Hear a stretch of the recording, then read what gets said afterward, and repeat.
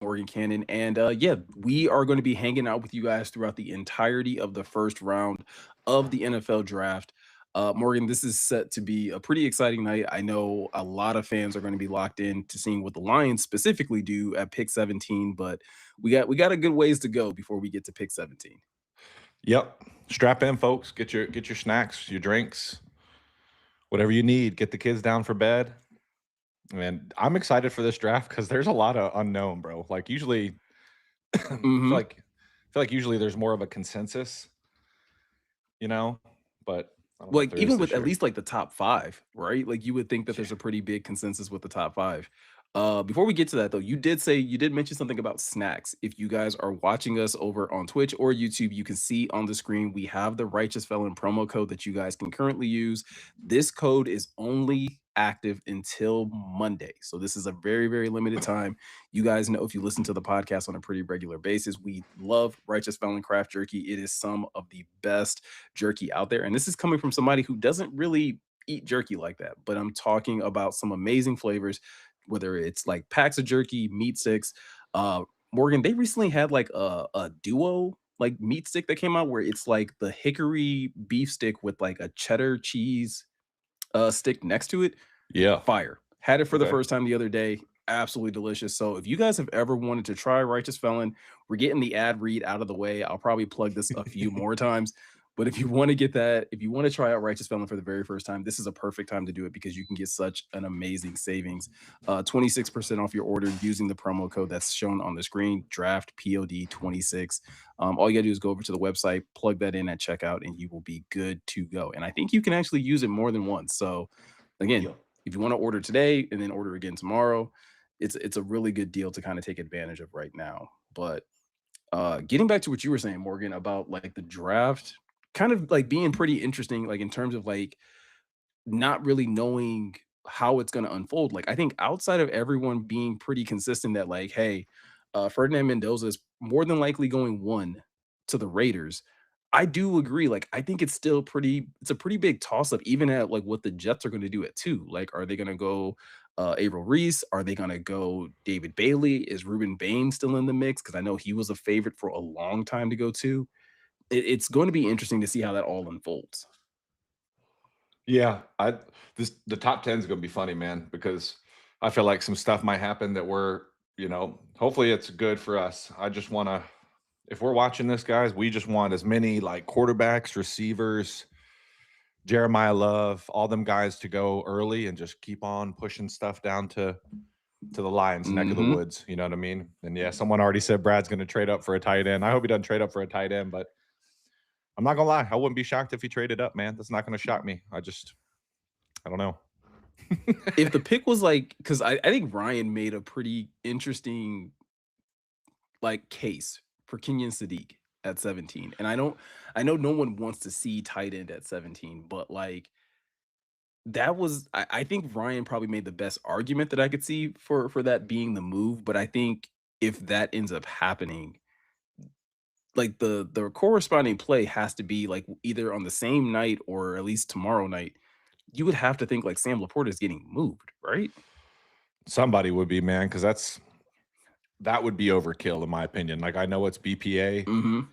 all that stuff, but think about your weapons that you'd have to get involved and like feel good about it. You got the two-headed monster, Saint and JMO, and then you have Jameer, okay, and then you have Sam Conklin. Brock Wright's a capable player. You add Sadiq to that mix. It's like how many mouths do you need to really make the offense hum? And to your point, would that be a good use of resources to turn around and pay Sam Laporta? I really like Sam Laporta. I think he's a terrific player, but if you're taking Hmm. somebody in the first round like a Sadiq, that's a little bit rich for me. I don't know. Well, it also would be a weird thing, right? Because like I think the the reason that kind of that's even being kicked around is obviously like before the Lions had to pay TJ Hawkinson, some pretty big money, they decided to move on from him before they had to do that. And I Yeah. think the idea is like, oh, well, you can just go find you another tight end. But I think by doing like by drafting a tight end in the first round and like kind of repeating that cycle, like you're not really fixing much. Like all you're basically doing is putting yourself on A a one clock for that like one. every 5 years you're gonna have to like move a tight end. Right. And not to mention, the Lions got pretty lucky because I think Sam Laporta is a much better player. Hmm. Not no disrespect to TJ Hawkinson, a much better player than TJ Hawkinson ever was or will be. And TJ Hawkinson's like a really good professional tight end, but at his peak, Sam Laporta can do a little bit in terms of inline blocking. Like he can at least hold his own. He's a good move blocker. Like if you're putting him across the formation for a wham or out in space because he's so athletic and he's sneaky strong. Like he's like 6'3", 250, like just powerfully Yeah. built. So I do think you're rolling the dice a little bit about, restarting that clock every 5 years because if the next one doesn't hit, well then boom, now you don't have the tight end that you once had, working the middle of the field and stretching that seam. So damn, someone's watching from Panama. Aku Mazer. Hola, Bruh, man. that is crazy. Hola. I would like to visit Panama one day. So pretty cool. Pretty cool. No, we appreciate everybody that's checking in. Let us know where you're watching from. Like I said, we're gonna basically be here all draft, talking about every single pick, at least giving our opinion. We will be using both our very own Eric Schlitz draft board, so that'll kind of give us some insight into at least what some of these players did during the combine. Eric does a really good job. If you have never had a chance to utilize or see the draft board that he puts together, it's absolutely fantastic. He Fantastic. actually Yeah. provides it to his Patreon listeners over at Detroit Lion Breakdown. I Detroit really Lions hope I breakdown. really Yeah. hope I got that right. Nope. You're right. Okay, sweet. So yeah, if you guys are subscribed to Eric over there, you've already and if you've seen his draft board, it's very very detailed. He does a really good job of color coding things, identifying guys who were grit index guys and things like that. So we'll be using that as like our draft board, but we're also going to be using Dame Brugler's The Beast to also provide some context. So two really good resources, Morgan, that I think will give us a really good chance of like just kind of speaking to a lot of the things that we're going to see in this draft. Um, but yeah, you mentioned earlier we got a couple people, yeah, with somebody watching from Panama. We got a few people from all over the place. We got couple people from Knoxville, Ypsilanti, Pontiac in the house, Saskatchewan. That's always fun to say. Livonia. So, Dallas. Hey, appreciate David Lunch, everybody East checking Side. in. I'm also on the East Side, my Love boy. it, man. Very cool. Yeah. Yeah, that's So, cool. Knoxville, I've heard that's pretty. Would like to visit there. Dallas. Oh, what up, Justin? LG. Well, I just doxed you, but you're fine. This is a great community. Where did you get that hat, Morgan? It's called Kiwi Clo. So they do like random drops. Definitely follow them on social media. They got good stuff, man. It's really quality made. This is Detroit is not dead. So that if you follow Al Carson on Twitter, he had tweeted about that shirt that Dan Campbell's wearing. It said Detroit Hunting Club. But mhm. that's actually from me and my wife's friend, Michaela, her brand that we found her in like Eastern Market randomly like 3 years ago. And I was like, these shirts are pretty tight. So I bought one, but now she's kind of blowing up. So definitely check her out too. Detroit is not dead. Someone said Pittsburgh, but not downtown. I just saw a little aerial view as I was running up here, bro. There's a Mhm. lot of people, but it doesn't compare to what our stuff looked like 2 years ago. It was so, and I was, we were down there, bro. It was We were crazy. downtown at that time, yeah, and it was Yeah, wild. it was, man. Like we were in the thick of it every day. Like I told my wife, I was like, let's really like do this up. And so we did, but North Clinton Township, Quebec, Lansing, Pennsylvania. Wait, oh, Georgia? I didn't know by POD Command, had reached Quebec. like this, bro. I didn't know we had No, reached like this. that's so cool, man. That's why I like this is the cool part of this, in my opinion. Like, you know, wait, Akumajor, you were from here? You were down in Detroit from Panama for the draft, bro? Respect. Respect. That's wild, man. Traverse City, but yeah, Pittsburgh doesn't look the same. It looks cool. I'm not gonna lie. Like I saw the Lions play the Steelers in 2013. Uh, they were really good at that time. They still had Le'Veon Bell and Antonio Brown and Roethlisberger, so they kind of ran us. But Calvin went off, so that was fun. And they wore those butt ugly Bumblebee jerseys, bro. Remember those? Bro, I hate those jerseys. Those I think between those and whatever the heck the Packers wore, that blue Oh, and yeah. like from World War grungy II. gold color. Yeah, bro. Oh man, those are disgusting. I know some things should just be left to the ages. 2 years ago, quit my job, sold everything, and moved here. I'm a Detroiter. Oh, dang, bro. Respect. That's cool. I definitely got to come visit then. Just so people know too, so we are using. I said this yesterday when we did our test stream. So we are using a different live stream software or platform for this. Normally we use like OBS, and that's kind of played through Twitch. So we're using something different. But I do have Twitch open, so we're going to try and keep track of like if people are spending Twitch points and things like that. Um, if you're going to spend Twitch points, just hopefully it's something that I can actually redeem. So just gonna throw that disclaimer out there because I don't think I have the ability to like refund anything. And Jeremy is in Allen Park, so Yep. I don't know how much he's able to do from down there as far as engaging with that.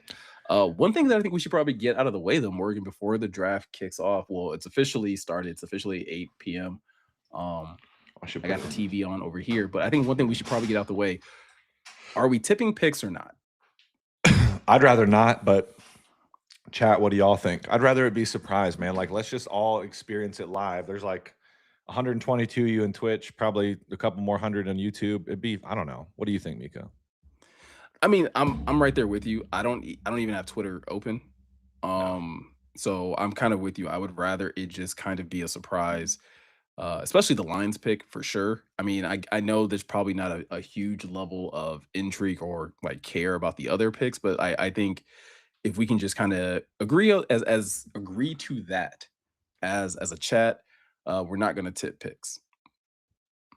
Yeah, I'm good with that. Tip trades. A Tip couple trades people is saying, fine. yeah, a couple people saying tip trades. I think that's kind of cool. I think that's fine because obviously that there's always going to be a little bit of a delay in that, and especially in understanding like the actual The terms of the terms. trades. Yeah, no doubt. Oh man. Yeah, and for those of you that don't know, like a little peek behind the curtain. So like the beat writers during the draft are they're at the facility. So like Jeremy and Eric right now, and like Colton and everybody, the whole beat, Justin Rogers and all them, they're going to be at the facility covering it from the media room. So that's why you never see them on draft night. They're actually working, and we're just hanging out with you guys and watching the draft, which is great. So Yeah, yeah. So, but that's not to say. I mean, I think Jeremy and Eric are going to put out something special on PODD. So if you're subscribed to PODD and you want to know or hear like Jeremy and Eric's reaction after the first round of the draft, definitely make sure that you're subscribed over there because that will probably go live tonight. For our podcast listeners, specifically, if you're looking for a podcast, Morgan and I are going to record like a really short podcast at the end of the night once the first round's over. I don't know if we'll do that live or not. It really depends on how late the first round goes and how I'm kind of feeling. I'm already drinking an energy drink at 8 p.m. Probably not the best idea, but I've been feeling so sluggish today. you got a valid reason, my friend. Yeah, I ripped a white monster on the way home, and like I said, just had enough time to give the baby a bath and help my wife out and eat a Jersey Mike sub. Side note, I can't remember love the last Jersey time I've had a Mikes. Monster energy drink. Wow, dude. When I think about it, I drink those white ones, the like 0-calorie ones or whatever. mm-hmm. I'd be ripping them boys, Yeah. especially as a parent. All right. So far, it looks like the draft is kicking off. Roger Goodell has already probably done his introduction speech and all that. I see that they got Cam Hayward up on stage, TJ Watt on stage. So already, getting that hometown flair. Trying to do like what we did, but not as cool.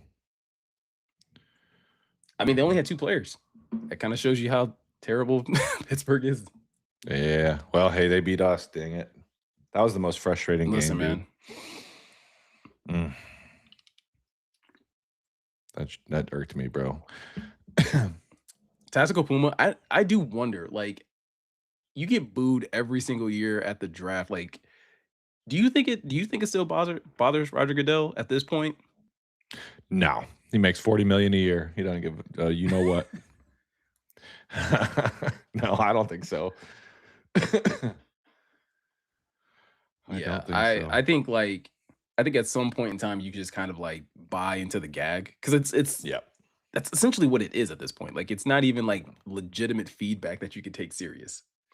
No, and you know what, man? I know we hate him as Lions fans for a lot of reasons, but think about how much that man has grown the game. Like it's not like it was small before with Hmm. Tagliabue, but shoot, Goodell's trying to turn this junk into like the Premier League with all this international stuff. Also, if you guys know who's on Yeah, the screen right now, we can be friends. Some of you young bulls might not know, but put it in the chat. Who is the light skinned man in the Pittsburgh quarter zip, the black Pittsburgh quarter zip? If y'all know who that is, it's one of my favorite receivers of all time. I know I you feel do, like Miko. anybody that was like at least born in the 90s, late 80s, like should easily know who that is. You should. Dude, yeah, that's one of my favorite. I think I got my light weird or something, bro. It's making me look like super duper duper Caucasian for some reason. Like I got a little bit of sun, you know what I'm saying? Like, that's a little better. Well, I don't know. Austin Mammoth. Morgan will be partaking, just not on camera Correct. Yep. because we absolutely need this stream to stay up. Yes, we do. So if y'all see me lean to the right over here near my window, I'm Nothing's on just fire. Like just nothing's know on that fire. like yeah, Yeah. nothing. I mean, something's on fire, but Something nothing is. serious is on fire. It's just an incense. Exactly. I'm a big Right? incense He's guy. just Light getting his incense smells good. chi, he's getting Yeah, centered. It's all the things. that's it. That's it. Miko knows me.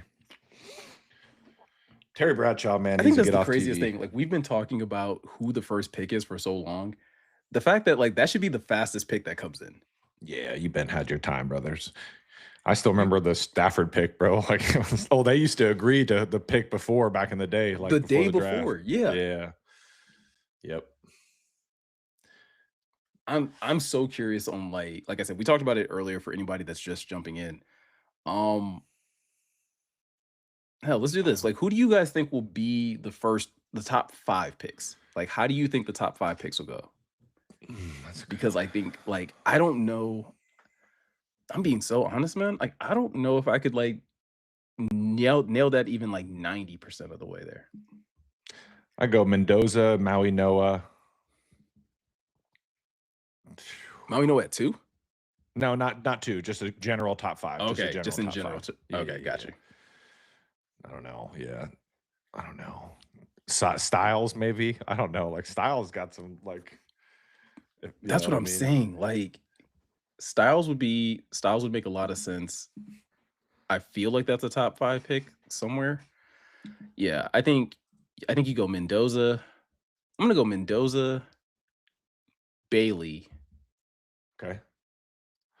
Oh, Love. I'll throw Love in there. He'll go. Some stupid team will take him, even though they're bad. Arizona's the wild card. I don't know what the heck Arizona's gonna do. Hey, David Lunch is chilling, bro. My edible just kicked in. Botana on deck. Y'all and NFL Network. Let's go, my boy. That sounds like a great night. Respect. Um, I'm gonna go. I'm gonna go Reese to Arvel Reese. Arizona. Yeah. Yeah, I'll go Jeremiah Love to Tennessee, and that'll be the top 5, I guess. Oh wait, nope. I gotta do the Giants.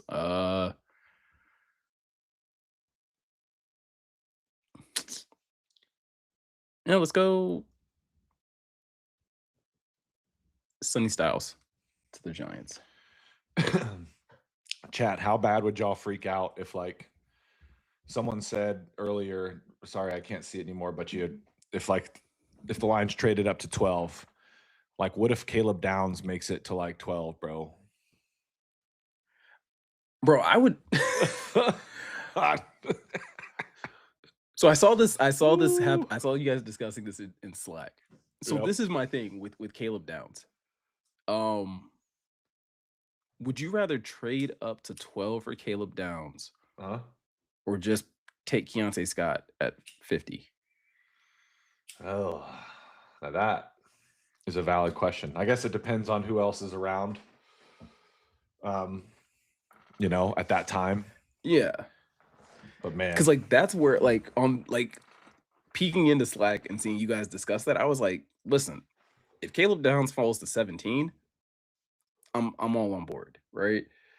Trading up to take a safety as even as one as good as Caleb Downs, as one that's as versatile as Caleb Downs, because I think you do get a defensive back that can play obviously safety, but he can also play a good amount of nickel. Yep. Brett Whitefield was kind of spelling out the fact that like I think between the last few years, like Caleb Downs has played almost like over 700 snaps Yeah. at Oh yeah. at nickel. Mhm. So like, That's my thing. Like you take him and the best case scenario, Kirby and BB come back to like even 90% of their former selves. That's where, if you remember what Dan was saying, right? Like about mhm, Shep basically building it out so they have three different directions they could go. That's one of them. Like if you come into a Keontae Scott, Caleb Downs type of player, and you want to live a little bit more in nickel, well, then boom, it takes a little bit of pressure off finding that third linebacker too. You know, you can kind of piecemeal together yeah, the guy who plays next to Jack on a lot of downs, and then you are gonna it shifts the importance of the defense a little bit. You're gonna hope Tyleek and them take a big step and Aleem's back because you're gonna have to stop the run, not in base anymore, like all as much because they were in base a ton last year and in their base 4-3. But that's just kind of how I look at it. Like if you were to take downs, you kind of just alter what you do a little bit, especially once Kirby and BB are back on the field. You just want to keep those are just guys you want to keep on the field because all three of them dudes are football players, right? yeah, and so that's why, like I said, like I wouldn't necessarily hate it if, excuse me, if you're basically going to take him and he falls. I don't know if it's like worth trading up and giving up future draft assets, because that's essentially what you're going to have to do. Like you're Yeah. probably giving up. People are going to hate it, but like you're probably giving up next year's third Mhm. to to go up that high at the very least, if not giving up next year's third and maybe a fourth this year. Um, Yep, yep. People would freak out, certainly. yeah, that's a tough pill to swallow for once again a safety. All right, so the Raiders pick is in. I wasn't keeping track of the clock, so I don't know how far they waited for that one to go down, but I mean, we all know the pick here. Uh, More than likely Fernando Mendoza, Morgan. As they kind of like talk this pick in, like, how do you think this kind of shakes out for the Raiders, a team that obviously is in desperate need of a quarterback, but they've already signed Kirk Cousins to it's a pretty lucrative deal, but it's a deal that they can easily get out of.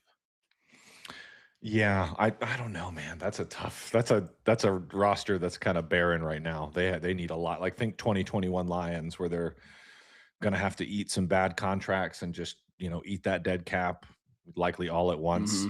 Mhm. I don't know if y'all have peeped Fernando Mendoza's. I think it's his mom sitting there though. That is a pretty older woman. I wanted to throw that out there. That is a pretty older woman. Very pretty indeed. Look at her. Yeah. Wow. Nah, man. But I Okay, mean, you're Fernando. getting a guy 6'4", 236, obviously coming off an amazing season at Indiana.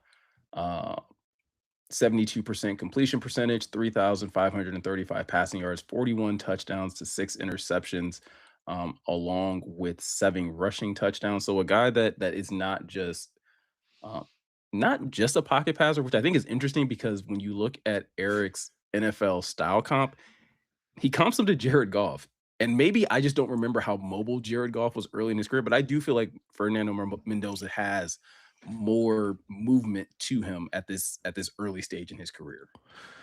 Yeah, and at the very least, you just want him to be able to, you know, the make those subtle movements that Goff makes in the pocket where he can extend plays, even though he's not necessarily doing it in like a flashy or speedy way. He's still extending the play by making minor adjustments in the pocket. So someone said based on how young the players now. Yeah, I mean the moms are probably only like a little older than Miko and I. So that is checking out. I was gonna say, like, considering how old we are, Yeah.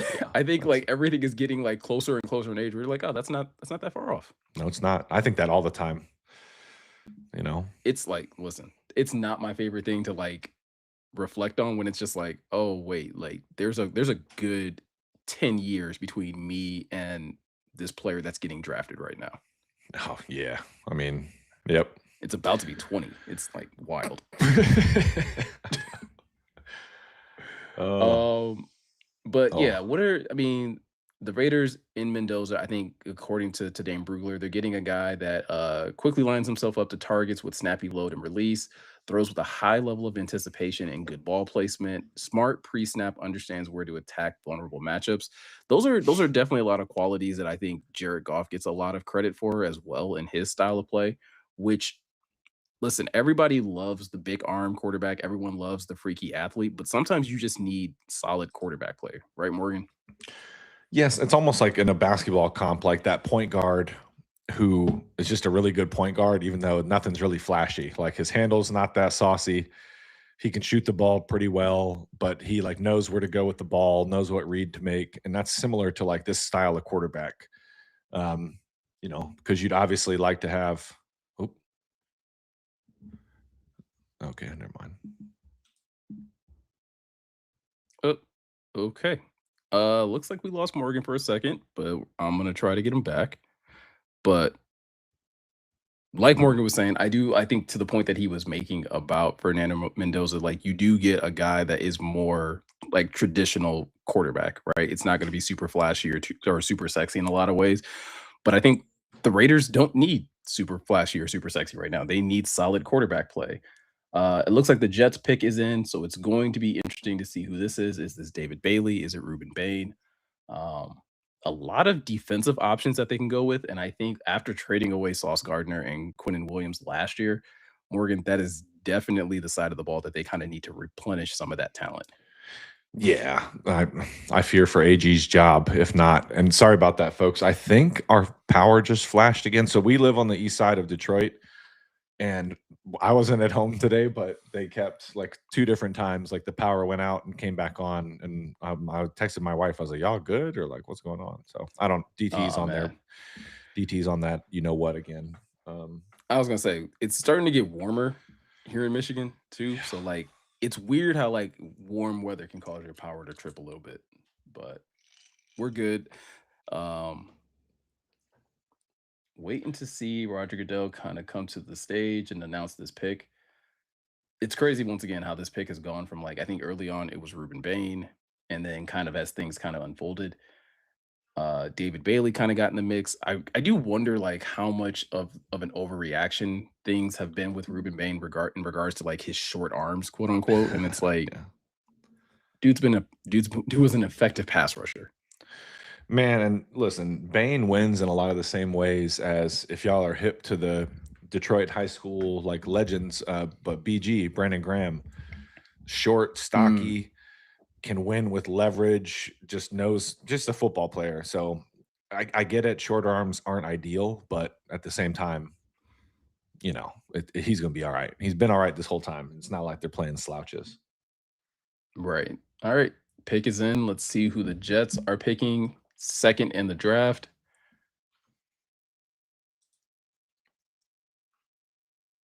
And they've gone David Bailey, pass rusher out of Texas Tech. Interesting. So AG gets a pass rusher on to add to that defensive line. Um, Morgan, what do you necessarily like about David Bailey? I mean, he's a 3 down player, so I'm sure AG's happy about that. He's a guy, and ideally, that like similar to how the Lions use with Hutch, like if he reaches what you think he can reach potential wise, he's not someone that Hmm. needs to come off the field unless he needs a breather. You know what I mean? Like that's a 3 down, like an edge setter can get after the quarterback, and that's the production is there too for him. I don't know his stats off the top, but through the process, that's why he's going number 2 overall. If you got all the traits, like you perform well, you test well, and you got production, you're not making it out of the top 10, man. We all know edge is a premium position, right, Miko? Yeah, I mean, you're talking about a guy 6'3" and a half, 251 pounds is what he kind of measured in at the combine, coming off a season where he had 52 tackles, 19 and a half tackles for loss, and Golly. 14 and a half sacks, Yeah, that'll do it. going along with 3 forced fumbles, 3 passes defended. I mean, a unanimous All American, Big 12 Defensive Lineman of the Year, first team All Big 12, and then led the FBS in sacks. So, I mean, once again, like you said, you're getting a guy that's a freaky athlete, but is going to really add to what AG and the Jets want to probably do on the defense, which is like you now have somebody that you can put along that defensive line and have another young pass rusher to kind of wreck things for opposing offenses. Yeah, great chess piece. 9.66 Raz. Shout out Kentley Platty. But yeah, man, you can't. This man wears no gloves too, so you know he's kind of a savage. He's just out there raw dogging it. Look at that. Yeah, little rip. Good bend. And then Eric's comp for him, Brian Burns. Yeah, that'll play. That's a nice comp. That's a nice comp if you're the Jets. That will do. Yeah, but like I said, there's a reason he's going. If you're watching these highlights that we're watching, I'm watching the ESPN broadcast, I believe. ESPN same. broadcast. Because Xfinity has a beef with NBC right now. I turned on NBC and they're like, I don't have something with scripts. I'm so sick of this, bro. Don't even get me started on that. But how many dude, I hope they give AG a legit chance. This team, but the Jets are, say what you want about like the Fords and like them being overly loyal back in the day, like with Millen and other people. The Jets are really like it's kind of rotten at the top, man, with Woody Johnson, just kind of a loser. So I hope they don't can AG, but I know your answer to this, Miko, but would you guys take AG back here if he were to, if things lined up? I mean, the way people were reacting about Shep this past season. True. Like they'd probably not want him. They would be so quick to welcome back AG, in my opinion, just because of like which is a little weird to me because I don't necessarily feel like the Lions defense was like lights out under AG. I thought they were good, and I thought like there were a number of the same circumstances that people kind of killed Shep for this past season, where it's like injuries and this, that, and the third. But like I don't think, like Dan Campbell said in his end of season presser, like I think when they went back to the tape, there was a lot of things that I think there's a lot of things to be encouraged about when it comes to Shep. I definitely agree. And that's to clarify, Knoxville Lions fan, I was like, if this is a hypothetical, like in a year or two, if Shep takes a head coaching job, which is where he's trending, in my opinion, that's that hypothetical I cooked up in my head, not him to replace Shep. I'm actually really high on Shep, man. Y'all follow him on Instagram. You can find a lot of really good places to eat around the Metro Detroit area. That man be eating. So Arizona's on the clock right now. There's about 1:43 or so left on the clock. Some of their top needs: quarterback, offensive tackle, edge, linebacker, defensive line. I mean, the Cardinals could shock a lot of people right here and take Ty Simpson super early. Don't do that. Don't do that. I think I agree. I think that's a bit of a reach considering some of the other talent that's on the board. You still have, both of the top tackles in this draft class, Francis Maui-Noah, Spencer Fano. Again, unless you want to throw like Monroe Freeling or one of those guys in the top mix there. Ruben Bain is obviously still on the board. Reese and Sonny Styles are both still on the board when you talk about if they want to grab a linebacker. Miko, did you text Jeremy? There's a lot. Did you do that when we did it? I told him before we went live that we were going to be live in like 5 minutes. Okay, okay. I felt like that was enough of a heads up. And we were still you a did little say late, that. but all good. See, that's why you remember things, because I don't. You know what I'm saying? What is this thing doing? To be completely honest, if he hadn't texted me like right before that, I definitely would have missed it. But the Cardinals pick is in. Man, I am so curious. Mel Kiper and Stephen A. Smith, like I want to know what what goes through their barbers' minds when they come walking in and being like, "Hey, I need a cut." It's like we just gonna keep pushing this thing back, huh? Yeah, you gotta let it go at some point, man. Like it's crazy. Both of them, it's on its last leg. But see, like I'll at least give it to Mel Kiper. I'll give it to Mel Kiper though. Like I can just tell from the way his hair is kind of receding. That dome is ridiculous. Like his head is going to look like Megamind if he were to like cut it all off.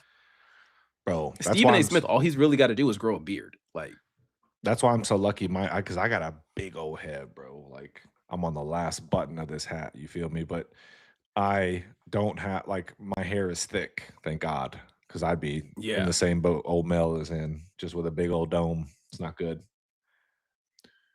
I don't know, man. Being bald isn't all that bad as long as you got like a decent sized beard. No, your junk looks good because you got a nice round head and the beard. I don't have that nice round head. Knoxville Lions fan, what are you watching on, bro? You said you're very delayed. Are you watching like what are you on streaming? Jeremiah Love to the Dude, Cardinals at come pick on, 3. dog. I think he's a fantastic Wow. player, but I don't know. It would have been like the Lions taking Jameer Gibbs with their first pick in 2021. He's just gonna get the you know what kicked out of him. I will say this. Well, yeah, okay, because like you think about the running backs that have gone like top 3, top 5 type backs. I believe Saquon went top 5, Mhm. right?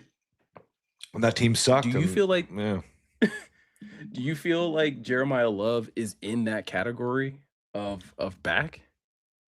I think if he were to go like to the right situation, like put it this way, like if he somehow went to the Chiefs, the AFC's Mhm. effed, effed.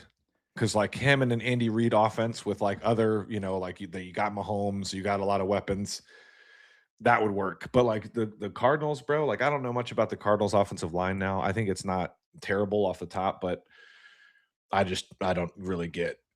Yeah, Cards are going to love going 4-13. Captain James Kirk said because yeah, that's what I like. This team's not going to be good, man. I would have thought you go trenches here, like maybe you go Maui Noah, maybe you go Bain and get a Yeah. defense like a foundational player. Because by the time I don't know, like if you're good in 4 or 5 years, maybe you're competing.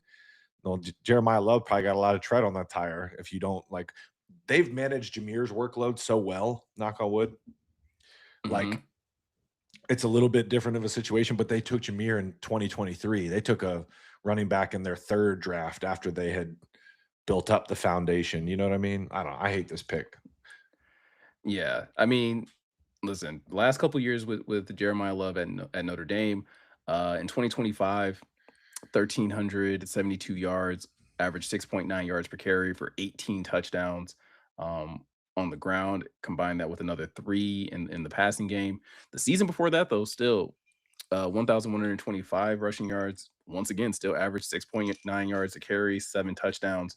So, I mean, explosive, definitely, you know, a well-rounded athlete.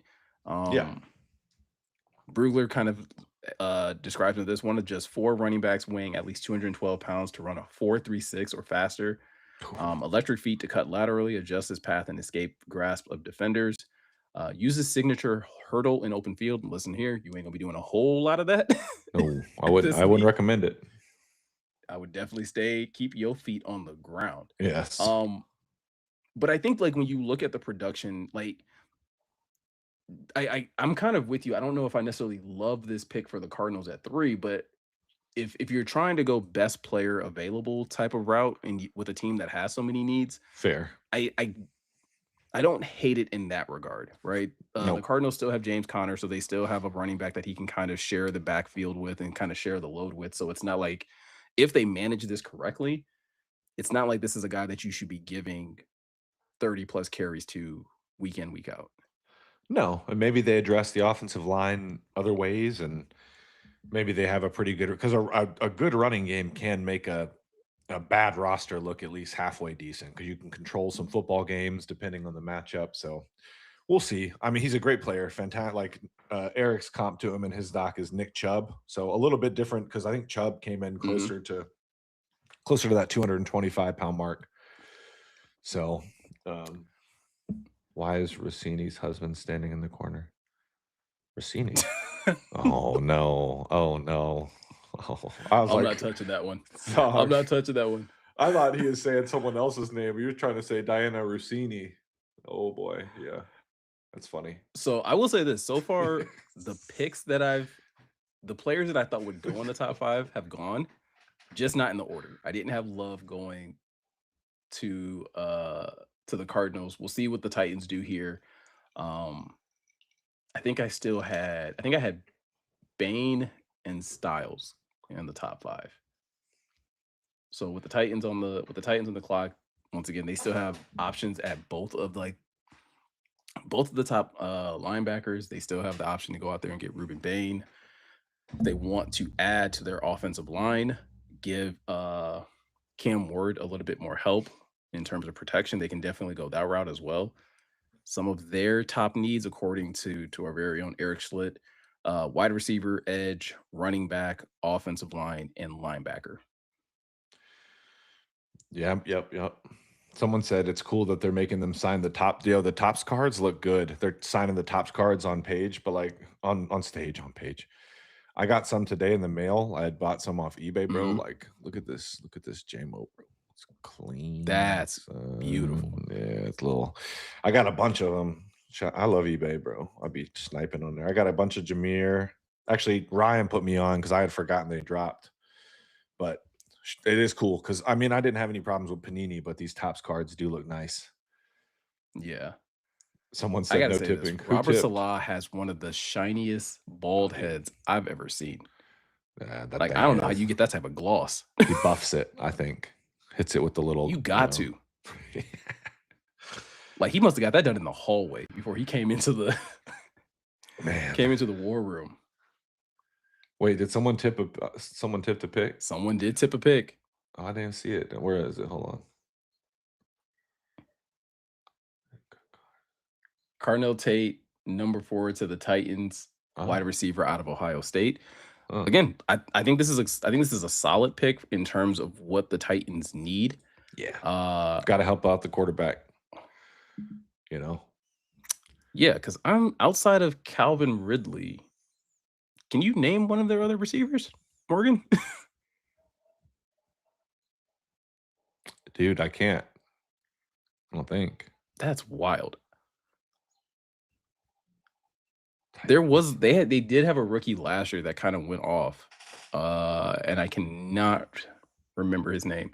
Carnell Tate, though, Eric's comp is CD Lamb. Yeah, So if you're that'll getting a help. CD Lamb type, 6'2", 192 pounds, ran a 4.53 40 at the combine. Listen, you're talking about a team that's trying to get their young quarterback more weapons, giving him an opportunity to make more plays as a whole. I do wonder if Jeremiah Love had been on the board still, if they would have went that route instead. Yeah, safe. I mean, because that would help Cam Ward almost equally. You know what I mean? Like having a Hmm. running back like Jeremiah Love. You just have to give that kid a chance because you need to. You're not going to have likely an answer at the end of this. At the end of 2026, but you at least want to be closer to knowing, like, hey, is this someone we're going to keep pouring time and resources into, or is this kind of not going to work? So he showed some things last year. So I think this is a step towards them giving him a legit chance of seeing if he can play quarterback in the NFL. Yeah, that Giants pick just came in quick. Gotta wonder who this Like, is. I'm very curious on this, but a little bit more on Carnell Tate. Uh, 3 seasons at Ohio State. Morgan, tell me if this is a concern to you or not. In 3 years at Ohio State, never crossed 1,000 yards receiving. They got a lot of mouths to feed there, but then Mhm. again, other receivers have, you know, eaten in those offenses while there's a lot of mouths to feed. So I don't know. Yeah, that's a good point. I mean, again, I'm not saying that this is a bad pick. I mean, again, 51 receptions, 875 yards. In this most recent season, 17.2 yards per reception, 9 touchdowns, no drops, so pretty sure-handed. The seasons before that, he only had 3 and 2 drops, so 5 drops total in his Ohio State career. Um, Again, tall, long athlete with pretty good body length. Top speed on film is better than stopwatch time. Proficient 50-50 ball catcher in when it comes down to playing receiver, which obviously when you're going to the next level, coverages get a little bit stickier, windows get a little bit tighter. You're gonna have to make more of those contested catches. So Burglar kind of sums up Tate in this way. He says overall, Tate is a long, technically proficient receiver who can win at all 3 levels using his high level tracking and adjustment skills and catching radius. He projects as an immediate NFL starting Z with Pro Bowl upside. Okay, I mean, Kind of speaks to the CD Lamb comp, right? In that regard. yeah. Yeah, and I mean, you see some of the route running when they like just show his highlights.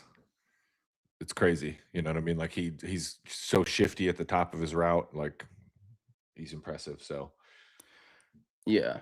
And I think if you're a Titans fan, like this is a pick that I would be excited about too. I see LJ saying like Mina is pumped the Titans got Tate to help Cam. I think yeah, that is the mindset you have to have, right? Is that like, hey, you invested in a young quarterback, recently.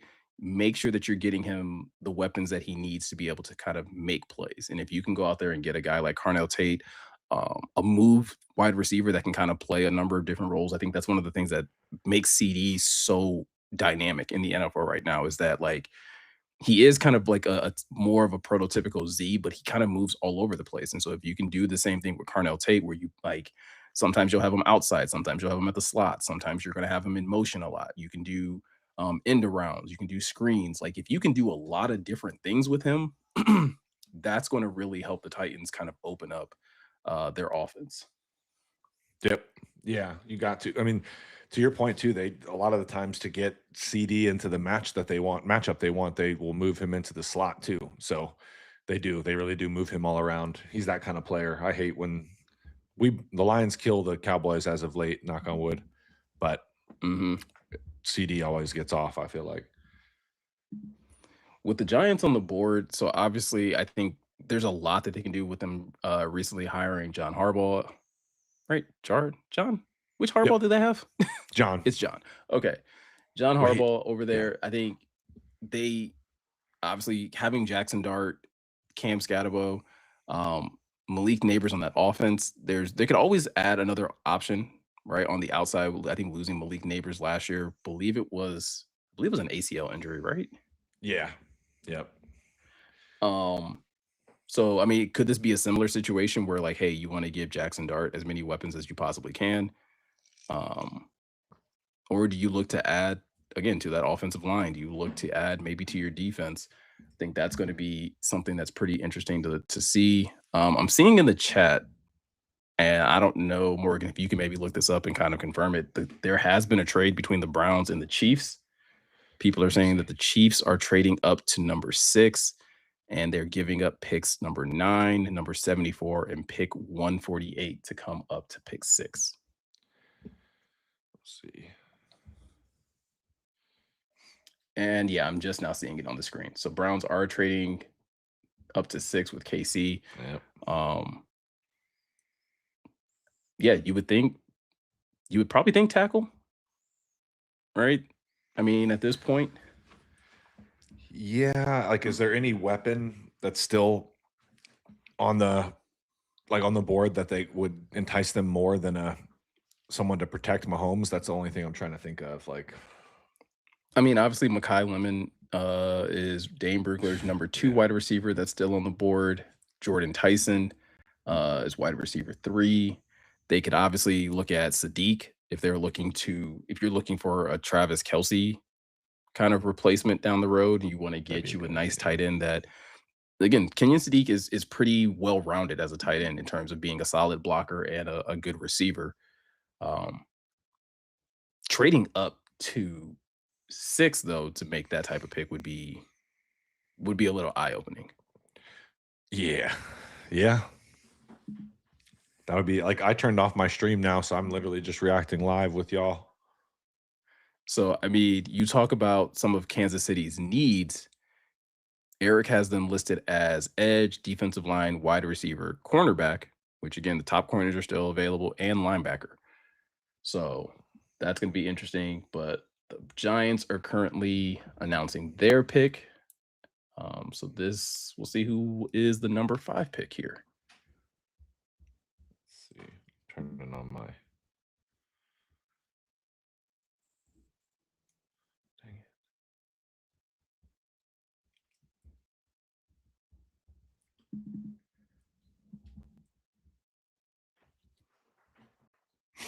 I'm really curious, like, so for Kansas City to come up from 9 to 6.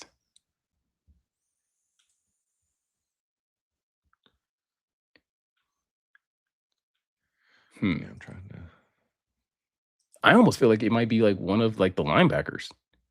Because like, do you Dude, really think that you were yeah. going to lose one of the tackles to Washington or New Orleans Styles would be scary. in The Kansas 5th City? overall pick, yeah. 5th overall pick. I have it up now. I couldn't.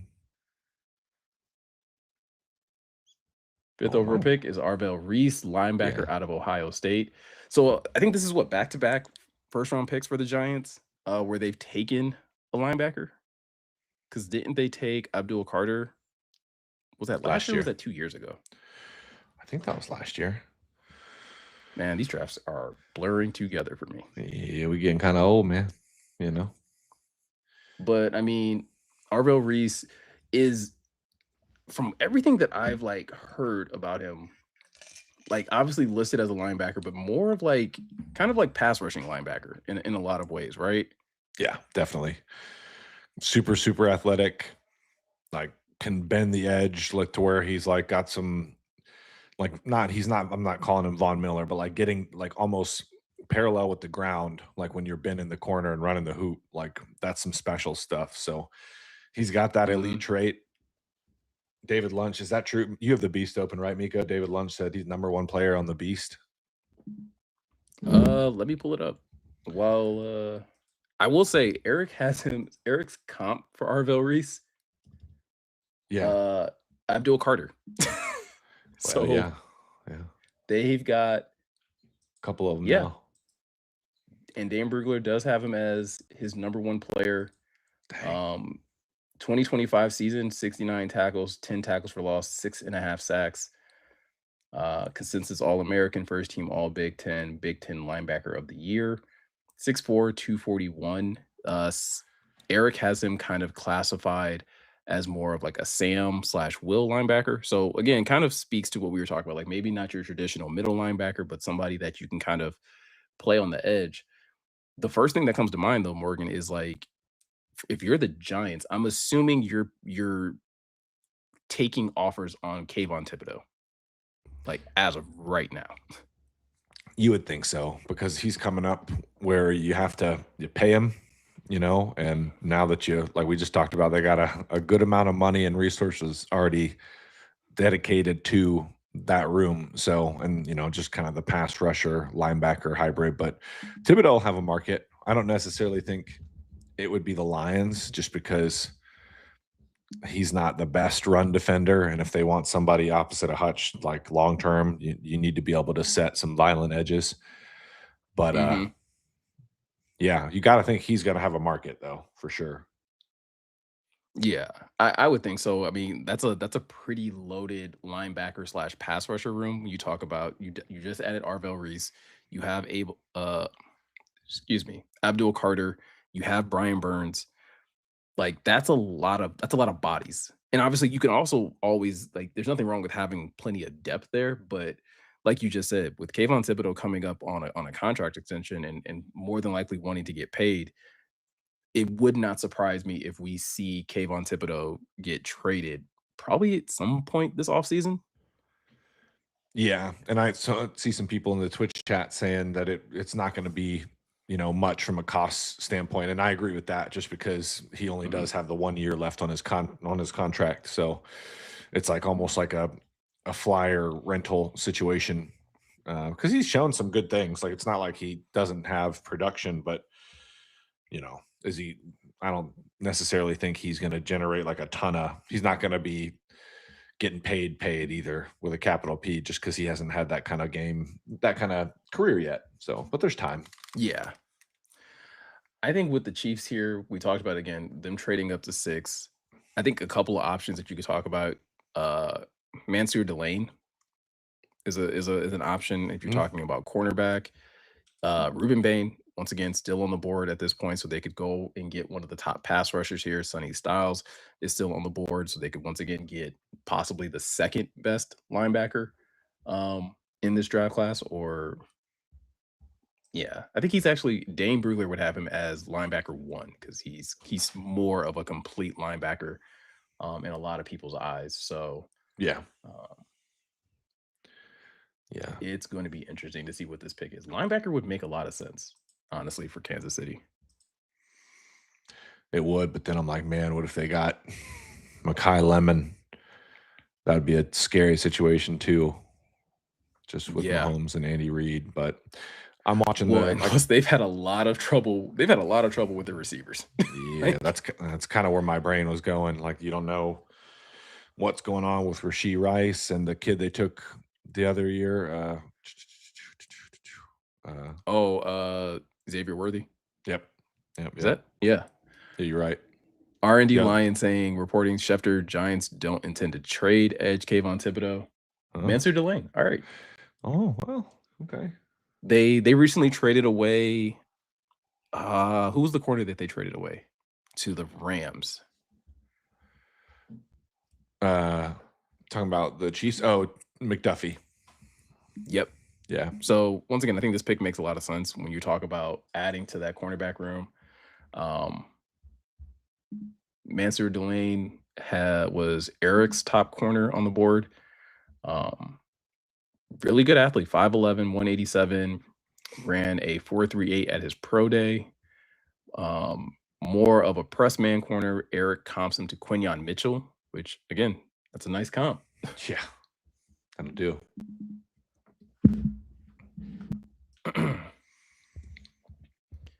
Again, I think, and this makes a lot of sense in regards to like if you're trying to get ahead of like maybe the Commanders or even the Saints, like that is a possibility that either of those teams could have taken one of the top corners. Yeah. Yep. Carnell Tate. So now the Commanders are on the. I already got the pick is in, so they're starting to move now. For the Commanders. So trying to think who that might be. A little bit on Mansur Delane for anybody who again hasn't had a chance to read Dane Brugler's The Beast. Some of his strengths: quick-footed, controlled in his movements, smooth hip action, doesn't labor and in transition, situationally aware, and reads the quarterback's drops to bait and to drive throws. Overall, Delane plays with route anticipation and temperament to stay attached in coverage and squeeze catch windows. He projects as a starting outside NFL quarterback with the skill set to move inside over the slot. So you get, hopefully, I'm assuming the Chiefs are hoping they're getting a number one corner that they can kind of have follow, opposing teams number ones, whether that's on the outside um, or on the inside. 13 passes defended in 2025, 2 interceptions. Previous season, he had 4 interceptions with 7 passes defended. So can't really hate this pick for the Chiefs. No. And they're a team I'll always have, even though I hate them, I'll always have respect for. Someone said, "Why is Bane falling?" I don't know. I think people are overreacting to the arm length thing. Yeah. Once again, if he falls out of the top 10, I'd be shocked, right? Like Yeah. that'd be wild. Yeah. I don't know if he can get past. I don't know if he gets past New Orleans. If we're being honest, if he's not the pick at 7, and you're New Orleans and you just let go of Cam Jordan, like why not? Hitch your wagon to Ruben Bain for the next few years. Yeah, I'm for that. The only pick I can confidently, I think, call right now, I think Maui Noah to Cleveland should be that's another team that needs some help along the offensive line. New Orleans needs a lot of help everywhere. Washington, like I said, if you guys are familiar with the channel, I don't do this often, but I told everyone they were going to suck because I didn't their offseason was gross. And everyone was like, "Morgan, you're just hating from the playoff game." I was being hateful, but it wasn't based off of that. It was a gross offseason, and it resulted in a gross season. So, yeah, and there's a couple of places that the Commanders can go here. yeah, Some of their top needs: edge, cornerback, wide receiver, offensive line. I don't foresee there being a running back that's getting taken here. So Ruben Bain would be a really solid pick for them if that's where they wanted to go. Yeah. They could also use some wide receiver help. So again, Makai Lemon, Jordan Tyson, either of those guys would be a nice addition as well, giving um, Jordan Daniels another option, another weapon. So Yeah. And that's another situation. You got to help. Jaden Daniels had a tough year last year, but you got to wonder, like, how much was that on him? mhm. Did it just skip it all for me? Oh, I was like looking away, so I don't know. Oh, chat, you guys let me know. It just my screen keeps blinking. I don't know if it's my power, like literally the power. I don't. Who knows, bro? Want to give a shout out to our chat though. We got 205 people watching over on YouTube, and then another 220, eh, 4. 25, 26, Yeah. 24 over on Twitch. So shout out to you guys for hanging out with us. Sunny Styles is the pick for the Commanders. So they once again go defense. There goes my That dream. guy was never getting out of the top No, 10. I know. I'm being stupid. God, dude, I just had visions of those early 2010s Niners teams with Patrick Willis and Navarro Bowman. Remember those teams, like the Tony Montana Niners? Mhm. They'd come out to that future song. Well, and the Commanders get, I believe they still have Bobby Wagner, right? Bobby Wagner is Yep. still playing. Yeah, So you at a get high to level put a too. young stud Yeah, next to Bobby Wagner for at least a season. I mean, that's nice. this kid, man, like he's gonna be fun to watch. 6'5", 244, ran a 4.46 40 at the combine, 11 Stupid feet broad jump, 43.5-inch vertical. dog. Like insane. I know Miko's Coming a off track guy this for past those season. y'all that don't know. Like, if Yeah. 11-foot broad jump is stupid, my dudes, right? That's a stupid Yeah. broad jump. Golly, bro. Yeah. 82 tackles this past season, 6.5 tackles for loss, 1 sack, 1 forced fumble, 3 passes defended, 1 interception. Uh, but 2024, he put up even better numbers, Morgan. 100 tackles, 10.5 tackles for loss, 6 sacks, 1 forced fumble, 5 passes defended. Like I said, the Commanders are getting, I think, a really, really good talent. You pair that alongside, you know, Bobby Wagner and give him somebody that can really teach him maybe the mental side of the game Oh yeah. and really help harness all of those physical tools. You might have somebody that can really, anchor that second level of your defense for years to come. Yeah, they're like taking it's a little bit different of a draft slot, but it's the same thought process when the Lions took Jack Campbell. They're like, hey, this is our Mike for the next while, the next hopefully 7-10 years if you're lucky. Mhm. So Yeah. Tactile Some Puma of his 58 strengths. said Go Matt ahead. Patricia jump scare, which is funny. Some of his strengths, diagnostic skills showed clear and obvious improvement the past 2 years at linebacker. Doesn't stick to climbers. Uses lateral quickness and abrupt hands to shuck blocks. Attacks runners with bend to face up, overwhelm, and stonewall ball carriers cold. Can see his safety background in the way he hunts underneath the zones and plays man up against tight ends. Overall, Styles is an outstanding size speed athlete who is comfortable in space, reacts well to what he sees, and plays with the physicality to mark up the stat sheet. With elite sub package value, he has the talent to become an impact linebacker early in his NFL career. Um, yeah, dude, I love this pick for them. His NFL comp, according to Eric, Fred Warner. I like awesome. Yeah, you listen to that draft profile, that's where your brain goes, right? Like, you think of all those things that Dane Brugler just listed off that Miko just read from the Beast. That's a Fred Warner type linebacker, man. So kudos to the Commanders. Yeah, that's one of my favorite prospects. I know people. I don't really have a dog in the Ohio State, Michigan State fight. Like, I went to Eastern Michigan. I don't really care. But Mhm. that was one of my favorite prospects this year, man. I think he's going to be special. Yeah, so it's going to be interesting with the Saints here on the clock. Some of the Saints' biggest needs. Da, da, da, da, da.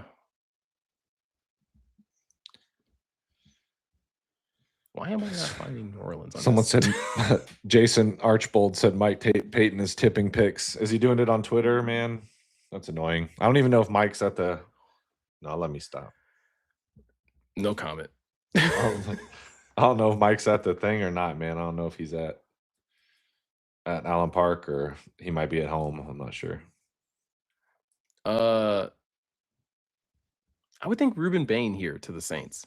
Some of their top needs: edge, wide receiver, cornerback, offensive line, defensive line. All of those kind of make sense. Wait, we tipped in the terms pick, of, Birdie 3333. We tipped it. Oh no, Jeremy. Actually, I don't What? know. He's or what? I thought higher of Jeremy than that.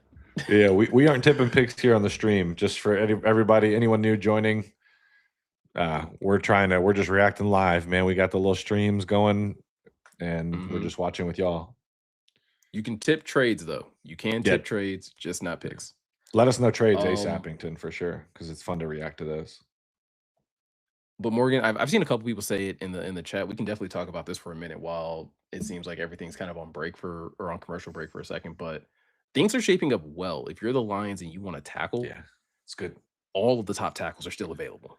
Yeah. So, Knucklewood. barring a crazy run, in the next, couple of picks or so, the Lions may have their pick of the litter. At least maybe of like one of the top 3 guys, maybe. That's your hope, right? Like I still think, unfortunately, I think Maui Noah, Fano, I think they'll be gone. But hopefully, like you said, maybe you have a shot at Blake Miller or Proctor or whoever you favor out of that like group of tackles. Yeah. Someone said they know pick 9, but not 8. Thank you for not tipping it, Joe. A Tiger. Joe Eat Tiger. I don't know. It's a clever name. I would say the one thing, like I saw someone else, Junk Trunk complaining about like being there, like there's more commercials. I will say, like, I can't tell if there's more commercials, even though like technically I'm streaming this. Like it was such a weird thing because obviously when streaming wasn't a thing, commercials were just like a natural part of watching TV. I think we got a little spoiled at some point in time when like Netflix didn't have commercials and you could just like watch things all the way through. And now that it's becoming like an actual thing and you got to pay to avoid them, it does sometimes feel like there's more ads than are necessary. No doubt. It has me thinking about getting YouTube Premium because like when I'm trying to put on Max and Ruby for my daughter or something like that, yeah, I'm like, dude, please with the ads, please. That's why we literally most of the time we just go with Pokemon. She loved Pokemon, bro. Hey man, get them into it early. Yeah, watching the OG anime, she gets lit about the I was song. gonna say, like, bruh, I was talking to my oldest and she was like telling me that telling me that one of her friends is actually starting to watch Jujutsu Kaisen. Oh yeah. Sorry, everybody. It's gonna be a short anime conversation, real short. But I was like, I sat there and when she said it, I was like, hey, like, now that you mention it, like, what the heck do kids your age watch? Like, because when we were kids, like, cartoons were like everything. Like, there were so many different cartoons that were on and things like that. And I was just like, what the heck do you guys watch at this age if it's not anime? I agree. I don't know because I mean I know you and me did. No, we're not about to spoil JJK, bro. I got you. Tangents 4. I will not. No, I will not do that. We're not like we're. I good. will encourage you to watch the recent season though if you haven't watched it. Yeah. I think I have. Look, you can see. There's a Jordan Gojo. Tyson. Oh, goes to the New Orleans Saints, wide receiver out of Arizona State. Interesting. Thoughts on this one? Makes me happy because we just pushing them prospects down the board, baby. So just keep on picking people I don't expect, especially receivers, tight ends, running backs, quarterbacks, things of that nature. This is a question mark for me, Morgan. I mean, again, no no shade to Jordan Tyson. I believe he is the number 3 wide receiver on Dane Brugler's board. Let's see where Eric kinda has him. Eric had, once again, kind Oh, I of got it. consensus number 3 wide receiver X type, compares him to Stephon Diggs, but Yeah. I think the thing that a lot of people are gonna be discussing when it comes to Jordan Tyson, fantastic athlete. You go back to his 2024 season, 75 receptions, 1,101 receiving yards, 10 touchdowns, 7 drops, quite a lot. And then 2025, 61 receptions, 711 receptions on and 8 touchdowns. But the thing that's fairly consistent from 2023 to 2025 is the injury history. Um, Yep. had That's to what I was redshirt reading. his Yep, had to redshirt in 2023, missed most of the season rehabbing from a 2022 knee injury. 2024 missed final 2 games because of a left collarbone, and then in 2025 missed 3 games due to a hamstring injury. I also believe he wasn't able to participate in his pro day recently because of that hamstring injury kind of flaring up again. So it's a bit of a gamble, but I think when you look at some of the things that he brings as an ex receiver, Dane Brugler kind of puts it this way: overall, Tyson's injury history is concerning, but on the field, he is a sleek, twitched up athlete who can create his own separation and win outside his frame at the catch point. He projects as an NFL starter, inside or outside, with the skill set that reminds me of Stephon Diggs. That'll work. Yeah, it's almost like another situation. They're trying to figure out if their quarterback is for real, right? Like, hey, we're giving you what you Hmm. need to succeed. Can you do it? Because if not, we're gonna find another guy. So that's kind of what this reads to me as. You know what I mean? Stay off. Yeah. Someone said to Jeremy's tipped, excuse me, 9 and 10. Yeah, just get off Twitter, man. Watch it with us. We're not gonna tip nothing here. We're gonna, you know. We'll reprimand Jeremy in Slack tomorrow and be like, "Hey, Yeah. guy, man, like you got people in our chat over here Yeah. exposing you for tipping picks." Uh, Mm. Colorado Lions with the ninth pick, the Cleveland Browns select Righteous Felon Craft Jerky that you can actually go out and get using the promo code DRAFTPOD26, and that's going to get you a 26% off discount. Yeah, we're just going to randomly throw in ad reads whenever we feel like it. So, you guys know how much we stand behind Righteous Felon Craft Jerky.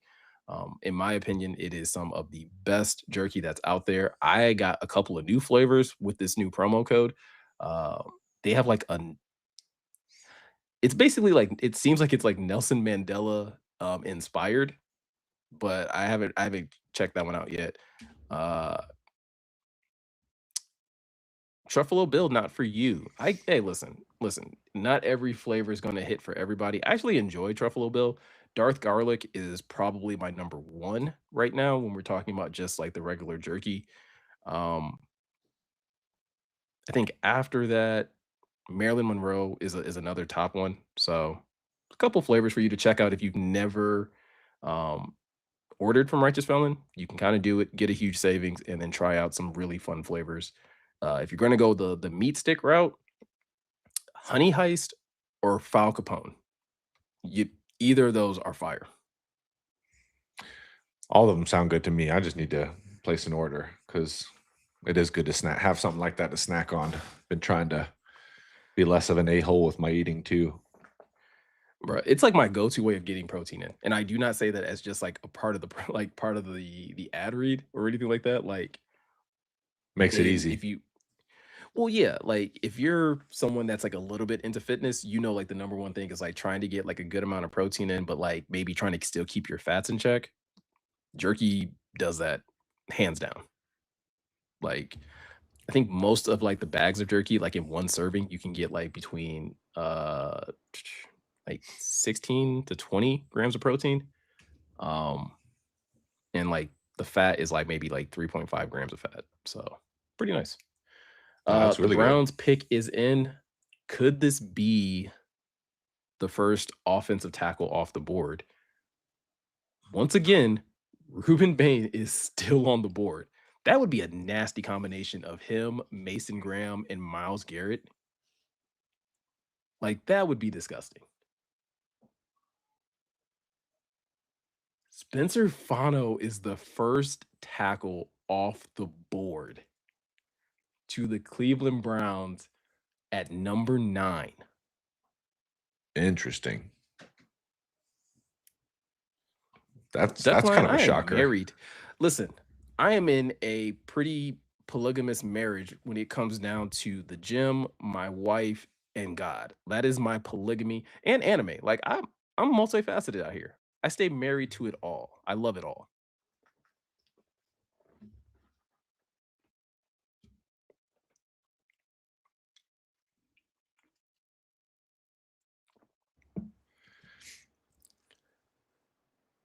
All right, Wait, chat. Uh what'd you talk Francis about, Maui Miko? Noah is still on the board, and we're at pick 10. Someone Would say you you were want the married to the Lions to jerky. trade up? Oh, Morgan, I'm gonna ask you, would you want the Lions to trade up at this point? for pick 11, I mean, man. yeah, probably. Man, maybe. What would it cost though? I don't know. Let's talk about Fano real quick. Spencer Fano, I know some of the early talk about him was whether or not he really is like, an outstanding tackle, 6'5", 311. The big thing that was kind of being talked about him during the draft process, 32 and 1/8 inch arms. So seen as shorter arms, but just again, I think he's going to be a really good boost for what the Browns want to do there on their offensive line. He has a good amount of versatility, above average foot quickness and movement ability in everything he does. Easily gains ground and pass protection with proper depth to cut off pass rush angles. I think that's one of the things with him is like he uses his agility really well, to kind of wall off and kind of make the most out of those shorter arms. But hey, we got a little bit of a run on tackles, Morgan. Number 10, Francis Maui Noah to the New York Giants. So there you go. OT1 and OT2 off the board, Yeah, that just checks at the out. back end of 10. That checks out. And now Miami's really just kind of a wide open one because they need everything because they are Yeah. almost like full reset. Oh, Cowboys are trading up dang. to With pick my 11. All right. So while that kind of plays out, I mean, I think like with both Fano and Maui Noah off the board, like I said, you're getting two really dynamic tackles. Uh Fano more well, both are kind of more so seen as right tackles. Fano did play a little bit of left tackle. Had 11 starts at left tackle in 2023, but these are going to be guys that I think can really anchor one side of the line for both of these teams. Yeah, and they're guys that win in definitely in different ways. Maui Noah can be like he's a good pass protector, but he's a mauler. That's a very large human, you know, coming from Panay's neck of the woods, so you know that he's a freaky athlete. So they win in different ways, Mhm. but both project to be pretty productive pros right away, I would say. Yeah, like Maui Noah is listed at 6'5.5", 329. So it's a large human being. So Yeah, Maui Dolphin. Noah's NFL comp is Darnell Wright, Spencer Fano, Jonah Savania. So Okay. again, two potentially like really good players. I think the thing that's interesting about both of those guys is worst case scenario if things probably don't work out at tackle. Like I think you could probably kick both of those guys inside and they would probably do just fine. Yeah, I would say that's probably the floor. You know what I mean? The trade summary. Thank you for putting that in the chat. R&D Lion. Cowboys get number 11. The Dolphins get number 12, number 177, and number 180. So It's gonna be interesting. Where do we think the Cowboys are going in this situation? I already see one person saying wide receiver. huh? What's Jerry That would obsessed be with? what is money? Well, money, yeah. Oil. Just kidding. I already know what I Oil. mean. I don't think it's going to be a receiver. Receiver would be funny. Is it Downs, man? I don't know. I'm watching the stream with y'all. I don't have any. Maybe it's Downs or it's Bane. I think it's got It's to a be good one. Downs or Bane. I think it's Downs or Bane. Bane. Which again, Both if would it make is sense. Bane, that's a good trade up. Be funny if it was Lemon. Again, though, like this is a weird trade up, though, right? Like to It's go up Jerry. one pick. Yeah. It's Jerry being impulsive. Like unless there were like, yeah, like unless you just felt like somebody was about to jump you.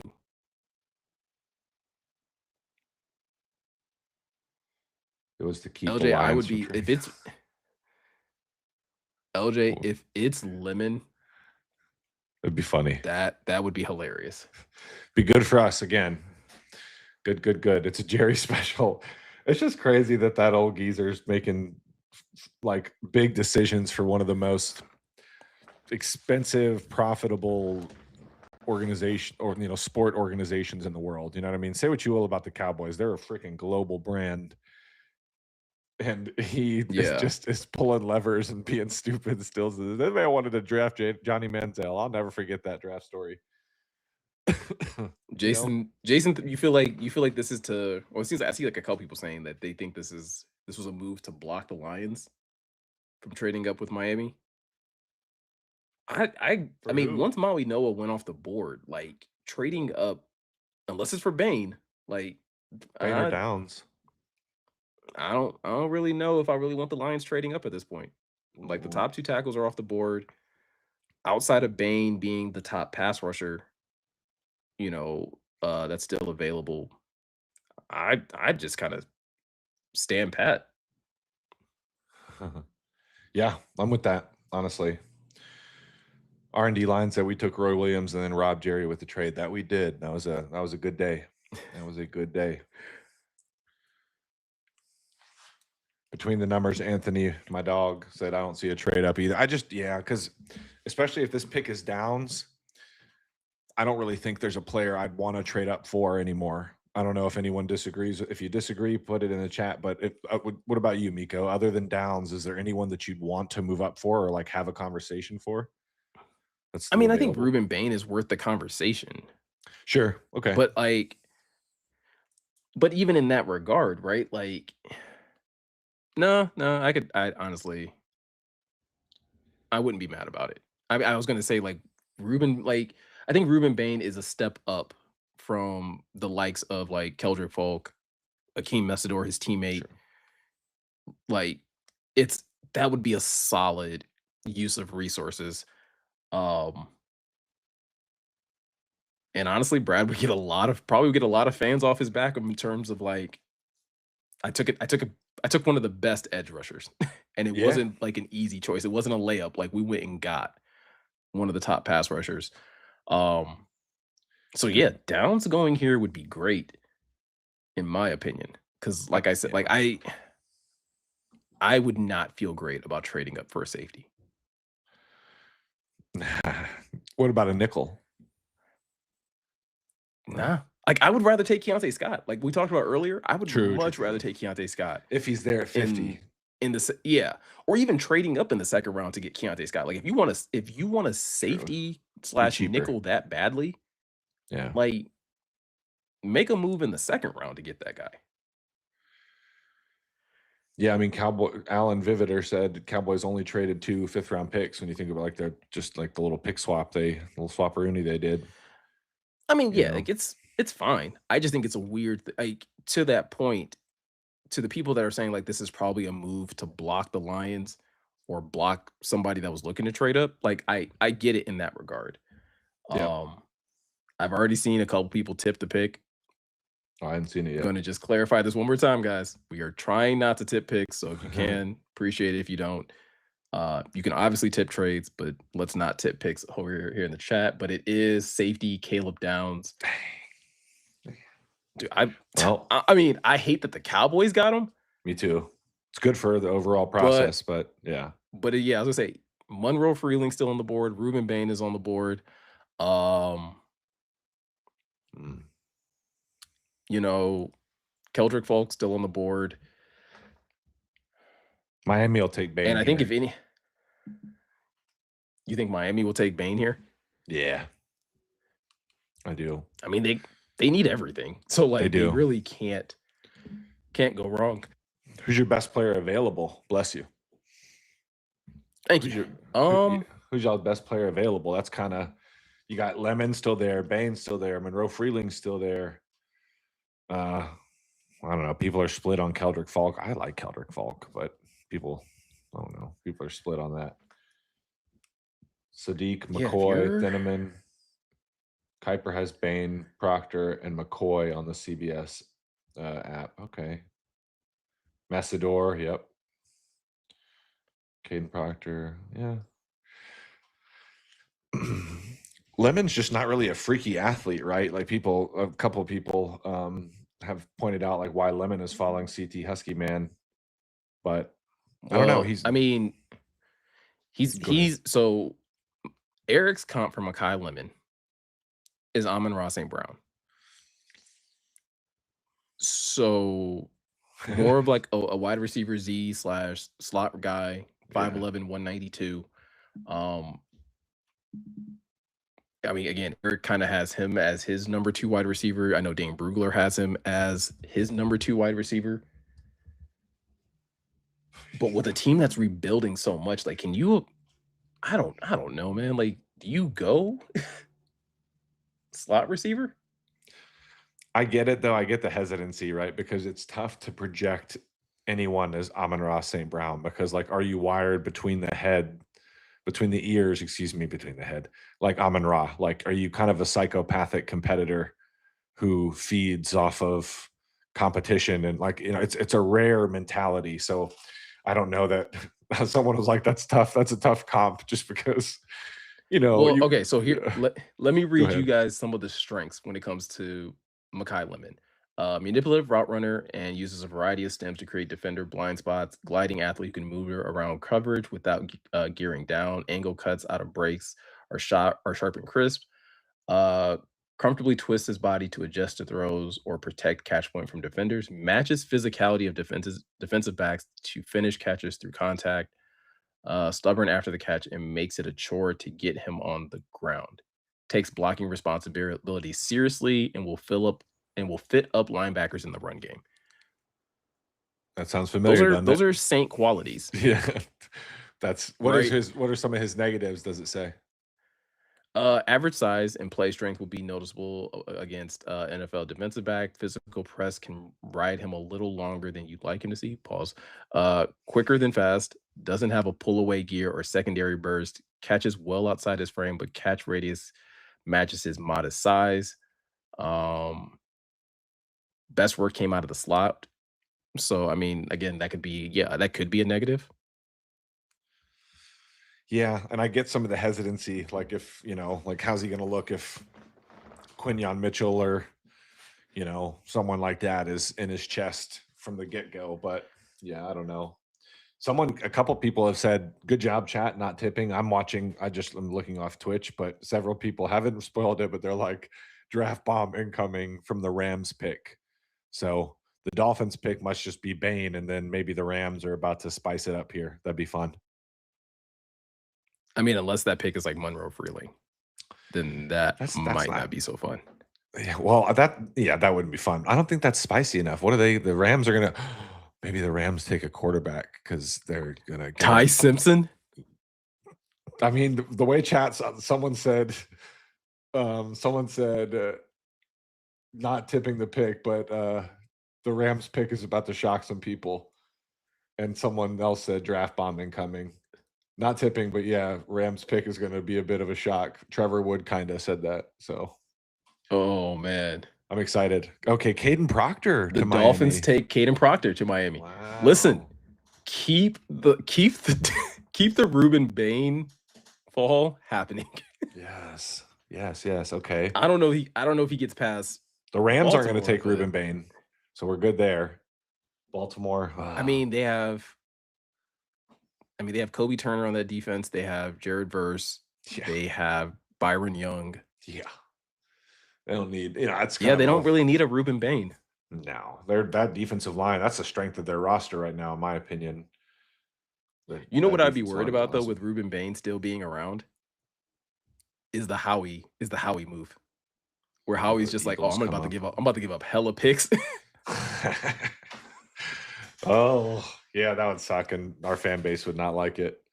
Doesn't get past Tampa. I do agree. Hornet 2-4, 3-4, like that. That might be the floor because I can't see. Todd Bowles is still in Tampa. Yeah, Yeah. Yeah, for the yeah, time being. he ain't getting past Todd Bowles, my boy. You know, we know how Todd Bowles Mm-mm. likes his defenses to look. But I like this. I mean, I know some people are saying like suckers for Miami. Listen, Miami needs everything. And I don't know.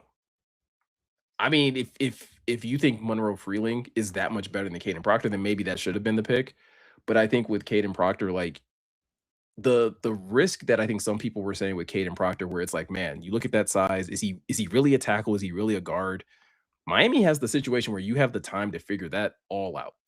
Like Yeah, true. there is literally no rush when it comes down to figuring out what you actually have in Caden Proctor. And if he is able to capitalize on his physical traits, listen, I think you're kind of set in terms of what you're trying to rebuild in Miami. And I like the fact that they're starting in the trenches. So Yeah, like, I think it's a smart way to go because your that team's going to be bad. It's like this is their idea of like the Panay pick, right? Like they're getting a mhm, tackle that can hopefully be a foundational piece for them as they build their way forward because it's going to be a bad football team, man.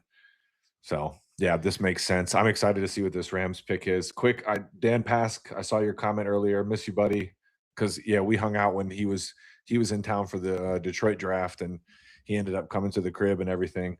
And then my boy Wilson, who my one of my good friends who I sit with during the season said 245 says what's up. I hope for they didn't get a table. I heard, man. I saw that in the group chat. I was like, oh, that sucks because the draft party's in Ford Field, like on the field, and if you don't get a table, you kind of just have to stand around. And a lot of my friends have little kids, so I hope prayers out for them.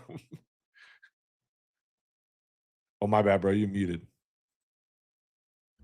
I you think can that's still me. like go up into like the stands area, right? And like sit in Yeah, the yeah. so like So it's not like you don't have to stand. But yes, if you're trying to be like on the field and you want a table, like yeah, that is kind of the otherwise you got to do the whole use your lap as a table situation. what Um did we do for the Detroit draft? The Lions had something for season ticket holders, but I think me and my boy like ran. We were in there like they're one of the first ones, and when we ran down there and got a table, but it was worth it though. You could sit down. Like my wife and her mom had somewhere to sit. So yeah. all right, who's the shell shock? There, we're still showing Caden Proctor, bro. I hate that. I'm glad the draft is moving pretty quickly. Like we're about almost halfway through, and it's 9:22. But also, this is annoying. Like we know the pick is in, and we're sitting here listening. We're looking at Caden Proctor and whoever this is talking. Is this Ty Yeah. Simpson? This white kid Yeah. on the couch, dude? That would be Bruh, funny. if it's Ty Simpson, That's also very good for us. get great for us. That'd be funny. No We'll have to tipping, talk about please. that one. We will definitely have to talk about Yo, shout out in to our terms of chat on like Twitch though, man. They're sticking to it. Like they're just reminding people, no tipping, please. it's Shout funny out to because I y'all, feel like man. everybody like those people know and they're just like they just want to see our reaction to whoever this is. Yeah, man. I'm excited because I'm like I said, I'm just watching it raw with y'all. I got the little stream here on my other screen. Trade up to 14 for Bane. Okay, so now hey, Justin wants Brad to trade up to 14 for Bane. See, like that wouldn't cost that much to me. Like That would that, make that would yeah, that would be nice. I would yes, be I would be like that's a great use of resources because again, you're not going to have to give up a ton. Like no, you're probably giving up a fourth or you maybe I mean hell, two the Cowboys gave up two fifths. true and moved up one pick, maybe two fours. Maybe you know what I mean. You I could would do say a fourth that. and a fifth That'd be or fine like a because they fourth got and a two of future each. fifth. They got two of each. So I Yeah, like mean, I would that's let me see, the Ravens have 4 fifth-round picks. dude. I mean, yeah, That is wild. they better package Yeah, them I would things probably up. go like I would maybe like a fourth this year, maybe a fourth this year, a future fourth next year. Mhm. Yep. Because I mean, like you don't have a third round pick, so like you kind of can't No. I do you 118 can't and you kind of give 181. can't give up too much. 118 and 181. Let's do it. Ruben Bain. Like I would love that. That's a 4 and a That 5. would be that would Jump be a up here with nice use of Baltimore. assets. But to your point, though, Baltimore, like I I said, think Baltimore could Baltimore is going to definitely take go him. Ruben Bain if that's not the pick. But I mean, Baltimore, I believe, also needs they also need corner help. So I mean, Jermon McCoy is obviously dealing with some hamstring issues. So there's always would that potentially scare them away? But you also still have Avion Terrell. It's kind of seen as like that second tier of cornerbacks is more of a probably more of a nickel than anything. Um, though I kind of like his comp. Eric has his comp as Honey Badger for Avion Terrell. Yeah, I love Tyrann Mathieu coming out of LSU, bro. Like he was one of my favorite players to watch in college during that Hmm. era. Someone asked what the knock is on Bain. It's just he has short arms. So he's coming out like if you guys remember Brandon Graham coming out of college from the east side of Detroit over here. I think he went to East English Village, but Yeah. um short arms, man. But he won in a variety of ways still at Miami. So I don't really see what the problem is with Bain. I think he's gonna go here in I these mean, next couple picks, if I'm being I mean, if honest. we want to talk some of his, if we want to talk some of his weaknesses, this first one is wild to me. Pear shaped body. Is this on Bruglers? Y- That's literally the first thing that pear shaped Say body shaped and like a below pear? average arm length. Dang. More quick than explosive off the snap, not super bendy, can get stuck at the top of the arc. Longer tackles will be able to close space and prevent him from creating a runway. Reliant on power, NFL blockers have a sneak peek at his rush plan. Had at least one missed tackle on almost every 2025 tape studied. Missed 4 games as a sophomore because of soft tissue injury. Torn MCL suffered during state title game of his high school junior year, which required surgery in 2022. So like it's not a lot of like crazy things. Okay, hold on. Rams pick is about Dog. to be announced. Dog. Is it Ty Simpson or maybe like Kenyon Sadiq? It's Ty Simpson. Well, Oh, they this is their plan shoot. after Matthew Bro, Stafford.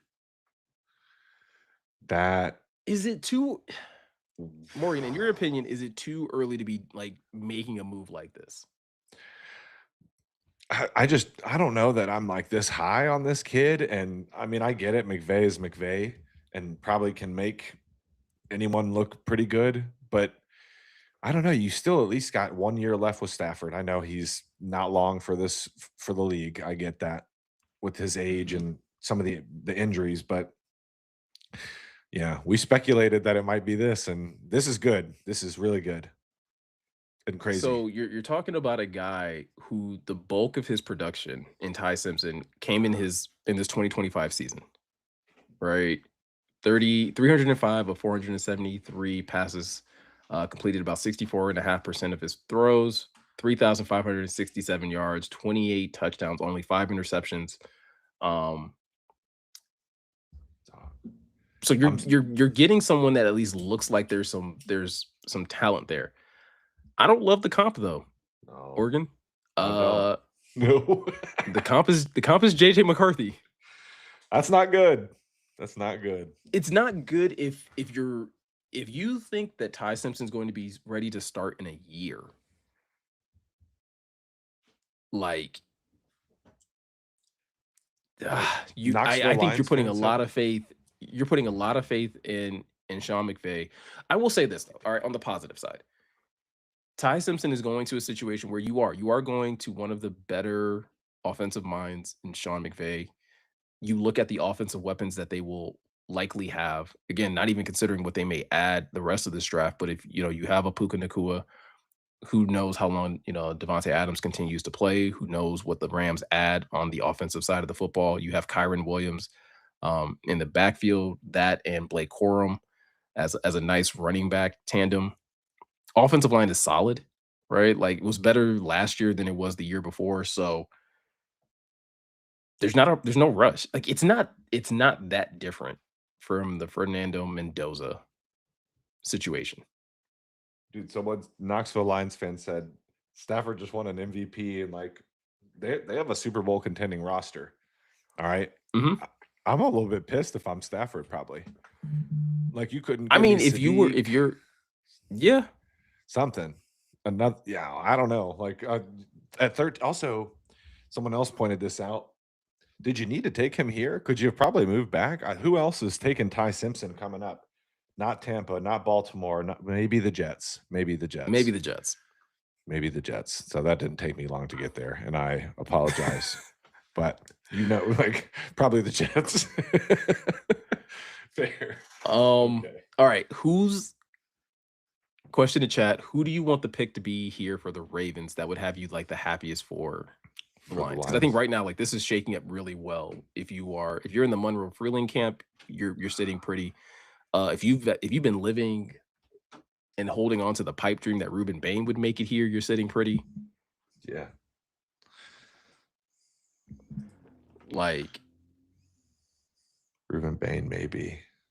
Sky High Gaming saying Vega. I think if it's Vega, if it's a wide receiver, take one of these corners. I really like Vega, but that would help the Lions process because adding him to the Lions offensive, like it obviously makes the unit better, but it'd be a little like I still have faith like Mhm. Mahogany or Frazier or somebody can be a really like a competent to above average left guard. So I'd rather it be a tackle if it's gonna be a first round pick, just ideally. But yeah, I think if they took Vega here, I think that would be helpful to the Lions process of getting someone they want here and a couple more picks. Yeah. Some people are Trey. saying Sadiq. Sadiq would be nice too. Yeah. Oh, that's a great point, Chad. Yeah. Because Jacob Rodriguez Um, too. That'd be fine. Like I know people are really high on him right now. Like Whoa, yeah. I think like that's kind of been like a sneaky, like, hey, this guy could kind of sneak into the first round type of player. yeah. I don't know about Um, this early. Pick is in for the Ravens, at least on my one screen here.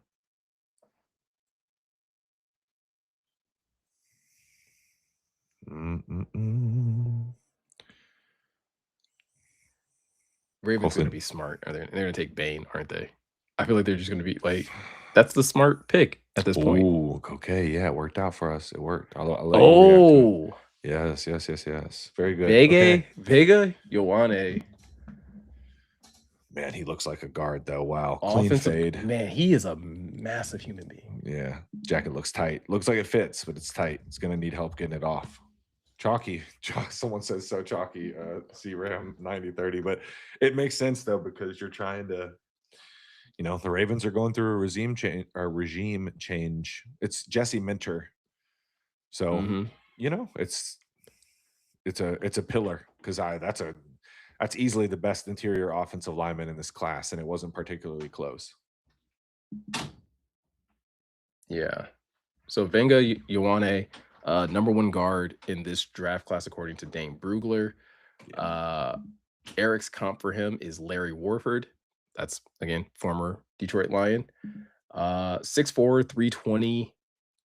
Uh, lean for a 320 pounder with hulking arms, thighs, trunk, and a proportional build. Powerful hands to thud and grip strength to latch and control.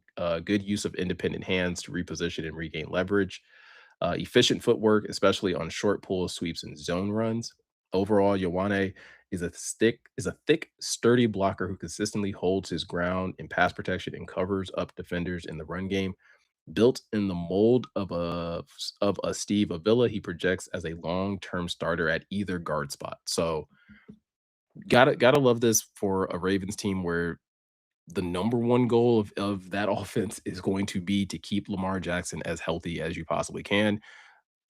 especially when you have Lamar, you have Derrick Henry, you add a people mover in Ioane to that offense, like that puts you as of right now. Obviously, we don't know what the Steelers are going to do, what the Bengals are going to. Well, the Bengals added, Dexter Lawrence. But I think that this kind of keeps them a little bit ahead of everyone else in the AFC North, in my opinion.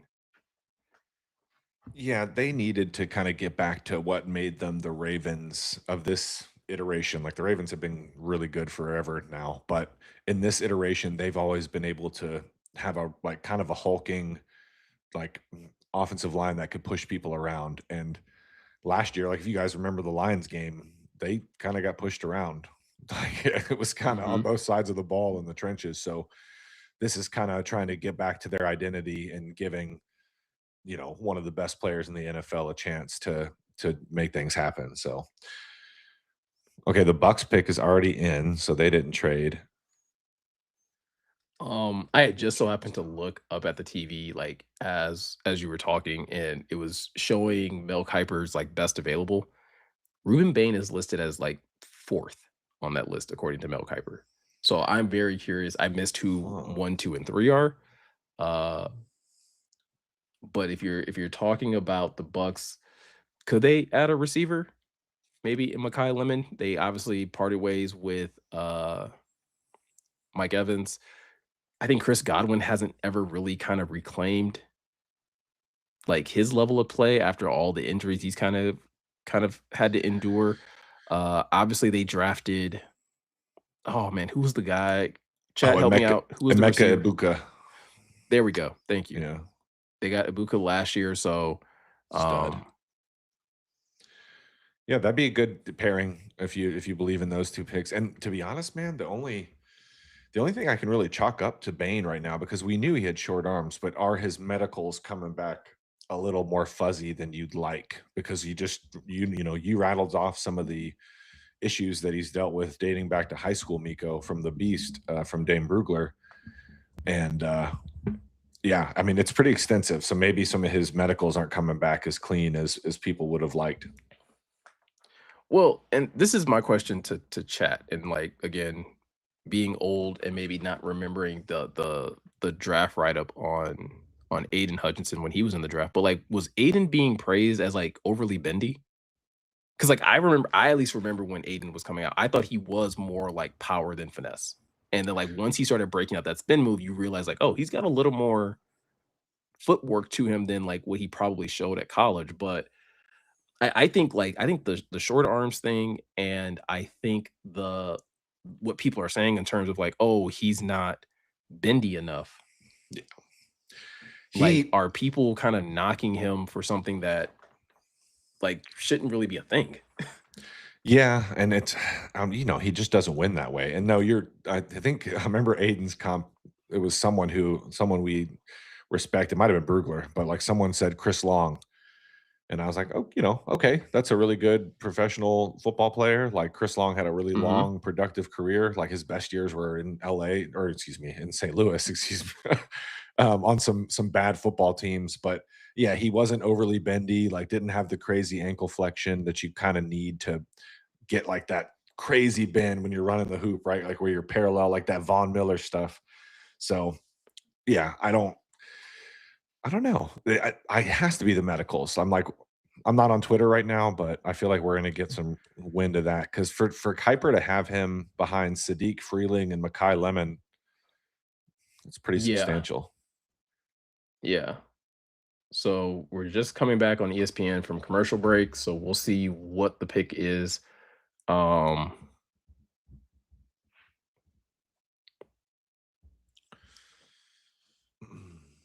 Kevin Kelly, just to kind of remind everybody, we are not tipping picks, so please kind of keep that in mind.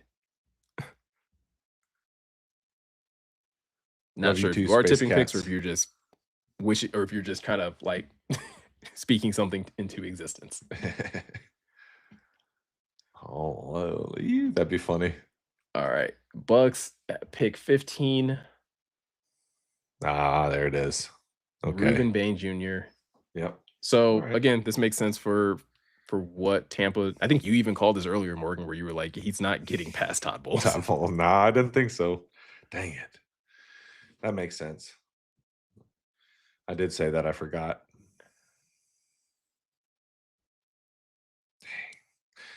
Yeah, that makes sense. Though we should have probably guessed that. I think we were like talking our way around it though, like, oh, it's the medicals, or at least I was. I was trying to I make mean, sense of like, it. yeah. Um, Ruben Bain, though, like I said, it's really good player. Like I'm still kind of surprised it took him this long to get drafted. 2025 stats, 54 tackles, 15 and a half tackles for loss, 9.5 sacks, one forced fumble, two passes defended, and an interception.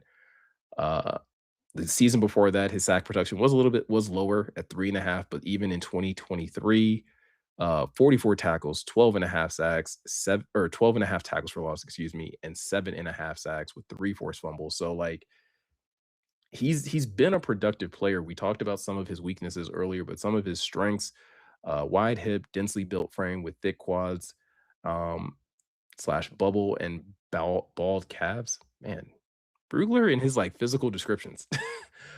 Uses power to attack leverage point and forklift blocks, able to dip his shoulder and grind the corner with strong lower half, moves well laterally slash gaps as a rusher from interior alignment. Um, Again, collected 33.5 tackles for loss and 20.5 sacks over 38 collegiate games. So like, C Ram 9030 said, I don't see a pair in these highlights, not gonna lie. That's what I'm saying, man. He called him and said he looked like a pear earlier. Was that him he said that about? Yeah. yeah, he said that he Said was he looked like a pear-shaped. pear. I've never heard anyone Crazy. describe someone like that. No, when I think of a pear, I think of like an old lady at church, bro. Like I don't really have it, like, you know what I mean? Like I don't Right. Like the pear. old ladies that be out there doing the fish fry after Yeah. church service. Wobbling. It is Yeah. just it's a lot of wobble back there. Yeah. Yeah. Yeah, exactly. You know. But yeah, well, Um I think he's gonna be productive. I hope he's healthy and hope he's productive. So just not against the so yeah, Lions. Jets pick is in. Okay, here we Yeah, go. I think I saw someone say this. Anyone but Freeling would be nice at this point. Um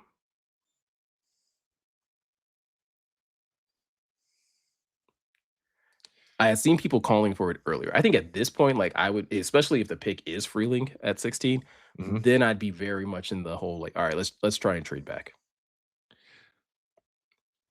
Yeah. Are people I mean, gonna unless freak? like I know you're really big.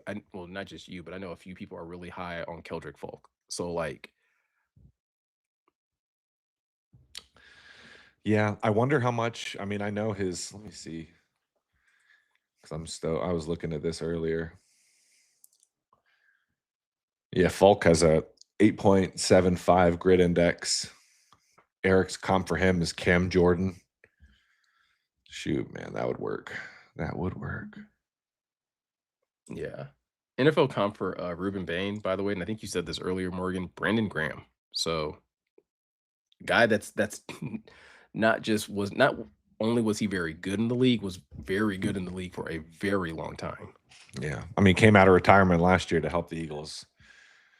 So, just that kind of athlete and funny, like one of the funniest players. If you ever want to listen to some Brandon Graham mic'd up highlights, classic. Can't get much better. So with the Jets pick, I mean, they were able to take Arvell Reese earlier, so they were able to get that edge rusher. Some of their other needs: quarterback, offensive line, corner. Corner is a pretty big need. They traded away Yeah. Sauce last year. Um, could they look to add to that secondary room? Some of the top players that are available, Kenyon Sadiq is there. So Could this be McCoy? Jet selection.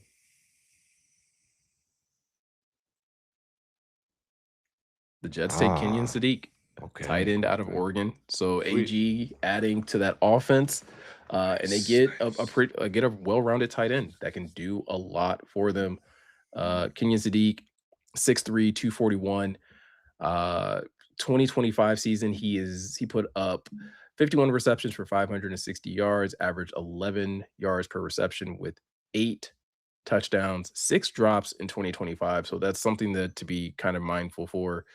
Uh, NFL comp Vernon Davis. Yeah. Vernon Davis was a freak coming out of Maryland at the time. So yeah, this makes sense for a team that needs some weapons opposite Garrett. Garrett Wilson. Yeah, I was ranking on the last name. I got distracted because at least on my ESPN feed, the Lions pick is already in. So All right. that didn't Well, take yeah, I was Brad gonna say I long. see it on the TV that the pick is in. Um, I think at this point, I think a lot of people are going to be calling for Monroe Freeling.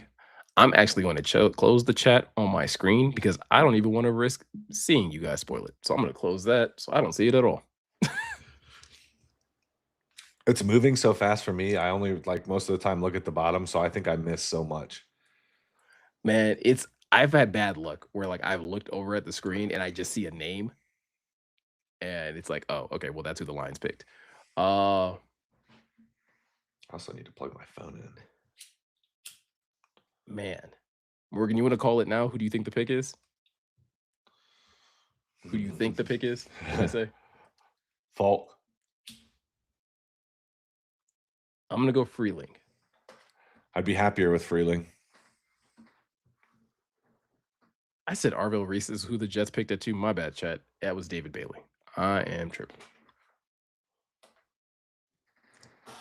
I got you, Lazoinks. Don't you worry about it.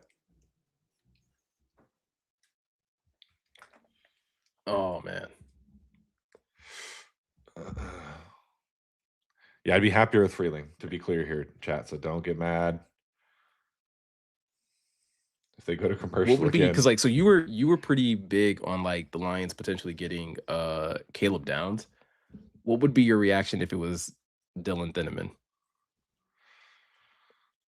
Happy still, because it's another chess piece. Not the same as Downs in terms of like, everything that he can do, but I'm still. It's a chess piece that allows you to live outside of base and still defend the run well, which would, if you can, here's the thing. If these days with how offenses are, if you can defend the run like really well in nickel, life gets a lot easier, especially if you got dudes. Like if you had Thieneman, BB and Branch, or BB and Kirby, excuse me, that's a nice little 3-headed monster. But I think this would be a little rich for Thieneman at 17, maybe move back. But I also don't know. Yeah, I think that's what a lot of people are calling for right now. Yeah. I don't see I mean, obviously the pick is in, so a trade back wasn't in the cards. The Lions had whoever their top player on the board is, because that's exactly what we know Brad's going to say. When people are going to like, why did they trade back? Why did you do this? Their top player was on the board. We're going to see who that top player was for them. If it ends up being Monroe Freeling is, according to Dane Brugler, the number 3 tackle in this draft class. When I look over at Eric's big board, he has Freeling as 4. So I wonder who. Man, chat hasn't necessarily spoiled it yet, although we know it's not Blake Miller.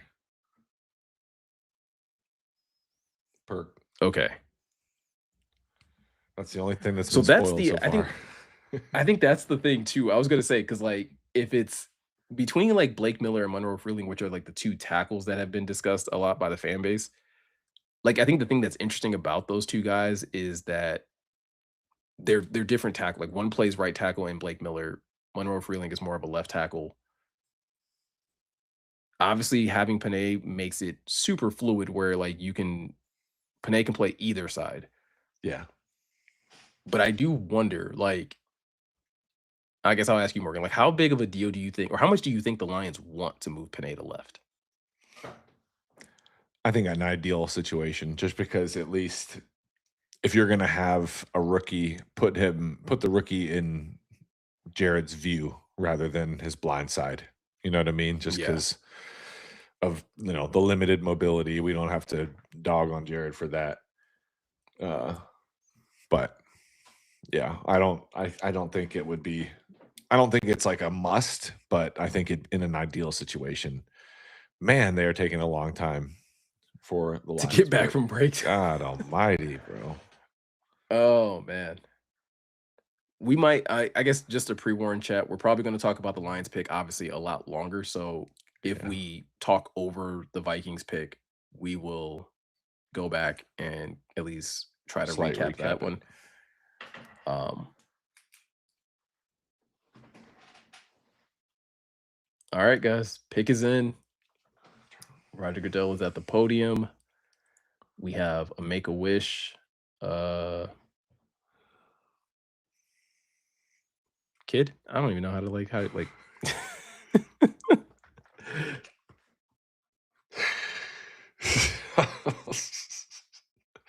Yeah. I don't like, is it like a participant? Is it like, I don't know. But No, I anyways, mean it's a looks like make a that's wish going to kid. be I the don't. person giving the pick. Yeah. Um Here we go,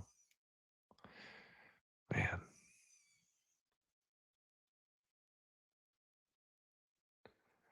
all right. Someone said got to go emote only. I don't know if we know how to do that, Captain James Kirk. Jeremy is advanced. Dude, why are my captions so far behind? Wow.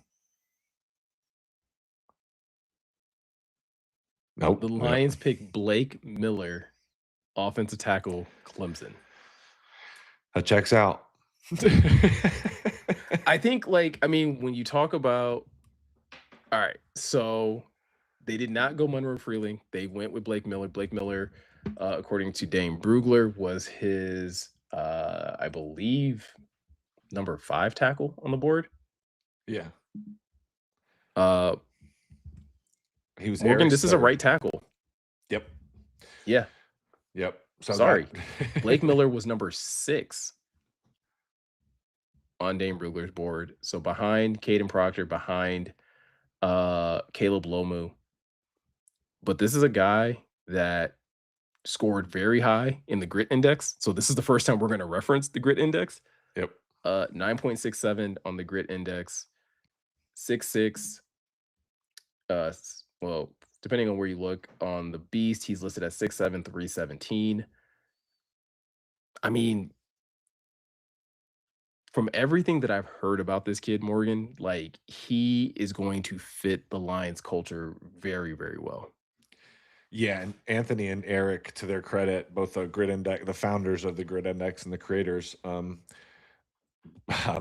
Anthony early on, it was probably like just when the season ended, he was like, "Get familiar with Blake Miller because he's a Mhm. Dan Campbell guy," and this explains kind of the approach, right? Like they were like, "Hey, we got Larry Borum if we don't get a tackle," but meanwhile, they saw how this board was playing out, and credit to Brad for sitting still. You know what I mean? Like I know it's a small thing, Well, but yeah. right, bro, because he could have freaked out here. He's like, "Well, there's a run on tackles, so I had to get up there." And he could have. I could see him doing that just because there was that run on tackles. So credit to Brad for sitting tight. And but yeah, this confirms. We were just talking. I swear, chat. We were watching this live with y'all. We were just talking about ideally if Panay were to move to left tackle, you can go ahead and bookmark that now, man, because Blake Miller is a right tackle. So Yeah, some of his strengths, according to Dane Brugler, prototypical size, broad shoulders, outstanding arm length, and athletic build. Urgent in his setup and the way he operates. Sets with a wide, sturdy base to withstand bull rushes down the middle. Quick to respond to find balance after first contact and pass pro. Has play strength to press rushers off him and keep them at bay. Thudding decisive hands as a run blocker, able to generate movement on drive blocks, shows off athleticism as a puller and on the move, which again, something the Lions like to do with their tackles. They do like to get them out in space. So even in moving Panay to the left, you still kind of keep that at level of athleticism out there. as well. Voted a senior captain, member of Leadership Council, NFL scout. I love his focus mindset, doesn't cheat himself or his teammates. And then also, final note here, remarkable toughness and consistently plays through bumps and bruises. Broken wrist during the 2025 spring practice, required surgery, but missed only one practice. Yeah, that's a Dan Campbell guy, man, like through and through. Like you listen to that whole write up from Brugler. Eric and Anthony's comp was Roger Rosegarden. If you remember his time with Baltimore, just a really sturdy, like borderline Pro Bowl caliber player. So if you get that at right tackle, right? So now you see the vision coming together, right? So guys, walk with me here. You got Blake Miller, Ratledge, Cade Mays. Then you got a little bit of a bloodbath at left guard between Mahogany, Miles Frazier. Um, you know, I feel like I'm this Juice Scruggs technically, but I think he's going to be pretty firmly your backup center. And then you get Panay at left tackle, and all of a sudden you're pushing that offensive line back to where it needs to be in that like 2023, 2024 form where it was just consistently like week over week beating the crap out of people. You know what I mean? Like just allowing, let Jameer have a chance at offensive player of the year or MVP nomination type of offensive line. So I see the vision. Yeah. Yeah, let me see the grades for this pick in the chat, guys. Brugler's overall, summary of Blake Miller. Overall, Miller has an upright play style that could lead to issues versus NFL competition, but he has the type of profile, physical traits, football IQ, competitive toughness that teams will bet on every time. He should compete for a starting right tackle role as a rookie. So I think it's going to be interesting to see. I'm seeing some A's in the chat. Um, I think the one thing that I think we should get this out of the way too, because I know there are going to be some people, right, that are going to be like, why didn't they trade back? Right. Because in every mock draft that you ran, even in the mock drafts that we ran, right? Oh, you could have got Blake Miller in the 20s. You could have got him at the end of the first round, this, that, and the other. I think I think there's so much to be able to tell from like how this first round unfolded. Like, guys, you just don't know that. And I think the thing that, like I said earlier, that Brad's gonna say when he gets to the podium and probably even in response to maybe somebody asking him like, "Hey, did you guys consider a trade?" and things like that. Two things that he's going to say, I can already tell you. One, that a trade that they liked never materialized in terms of Yeah. trading back, and two, their guy that they liked was available, and so they took the guy that they liked. Yep. Like that's essentially what it's going to come down to, and I think this is where it's always going to be a difference between the organization and the fan base. The fan base is sitting here. I'm sure there's going to be people like, but you needed a third round pick. There could have been such an easy opportunity to get a third round pick. Brad and the organization are going to look at either way, like, hey, how much value they put on a third round pick, or they're going to sit here and say, like, hey, we still have opportunities and things that we could do to get a third round pick if we really want one.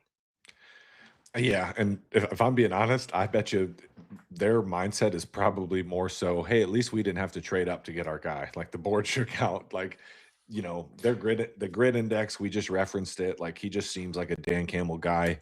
And you needed, like I like Larry Borum. Like, could he have started at right tackle and it would have been fine? Yeah. But this again, get your offensive line closer to where it needs to be in order for the Lions to compete for a Super Bowl. So I'm excited for this. They didn't have to burn any other draft capital, and Hmm. you still have all your picks at your disposal. So Yeah, looking at the chat really quick for some of the grades, I'm seeing A minus, A, B plus. I think the lowest grade I saw was a B minus. Thought I saw, or it might have been a B. That might have been the lowest grade I saw. So it looks like a lot of A's. Looks like a lot of fans are happy with the pick. Uh, Really quick, just kind of catching up because obviously the Panthers pick is in, and they're taking Monroe Freeling at pick 19. Once again, I think it's a solid pick for Carolina. But the pick before that at pick 18 was defensive tackle Caleb Banks out of Florida. Now, Morgan, this one's interesting because according to Dane Brugler, this might be the first reach of the draft.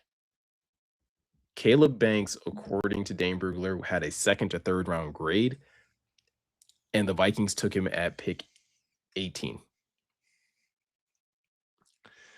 Yeah, I mean, they're kinda who's really calling the shots for the Vikings right now because they don't have a GM, I was gonna say their right? GM literally, yeah, like didn't he get fired like Yeah, literally at the start of like the draft process? yeah, and they were like, "We're gonna hire a GM after the draft," and I was like, What?" So That who's that pick kind of shows that off, right? Yeah, I don't know about this, brother. They're kinda rudderless right now, though. I mean, I get they get Kyler Murray will make them more competitive on a week-to-week basis, but I Hmm. mean, we can't say too much. They beat us twice last year, but it was on some fluky dookie stuff, but But I still. mean, Caleb Banks, 6'6", 327, um, listed as he can kind of play the three tech, the four eye, the five tech. So really, tall, big defensive tackle.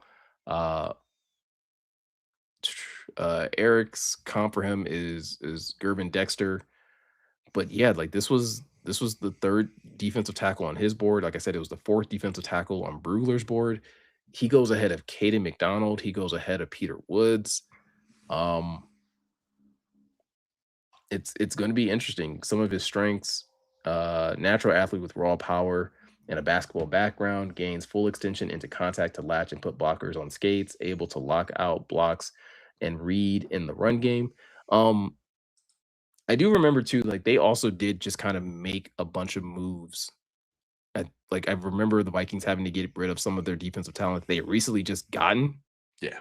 So again, you're kind of replenishing that defensive line, but to It go was Caleb Banks in the first round is a bit of a Yeah. reach. I get it, though. They're having to fill because I think it was Jonathan Allen and Vernon, Hargrave? No, it might Or be Javon Hargrave is the Hargrave? last name is right. Javon Yeah, Hargrave. Boom, boom, boom, boom. there you Vernon go. Hargrave. I don't know. It might have been a corner from back in the day showing my age here, but yeah, I think they'd let both of them go because 'cause they're in a little bit of a tight spot with the salary cap. Just the roster got a little bit older, and they were good for a long time. So you kind of see what Yeah, happens when you don't like capitalize and then you don't hit on a quarterback and you use a first on JJ McCarthy. Unfortunately, I'm not being a hater, just being I know the Michigan fans aren't going to like that, but tough. yeah. And then obviously, like we talked about, Monroe Freeling went to the Panthers at 19. Once again, trying to shore up that offensive line. You get a young offensive tackle that the knock on Monroe Freeling obviously was the 18 starts, and so hopefully you can kind of watch him continue to develop.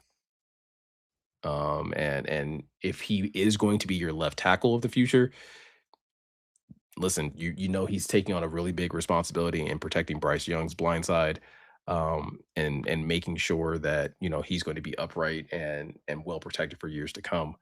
And then getting to pick 20, the Eagles are taking Makai Lemon, and I already see people basically kind of speculating. So AJ Brown's out of there. Yeah, it seems like it.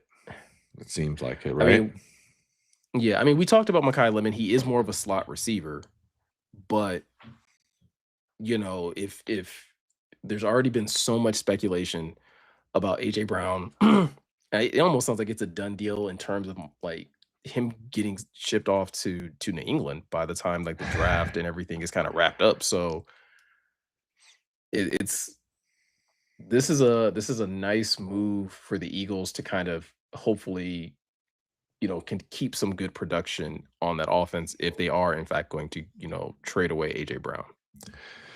Yeah, because you don't want to take away. Like, there's a lot of conversations going.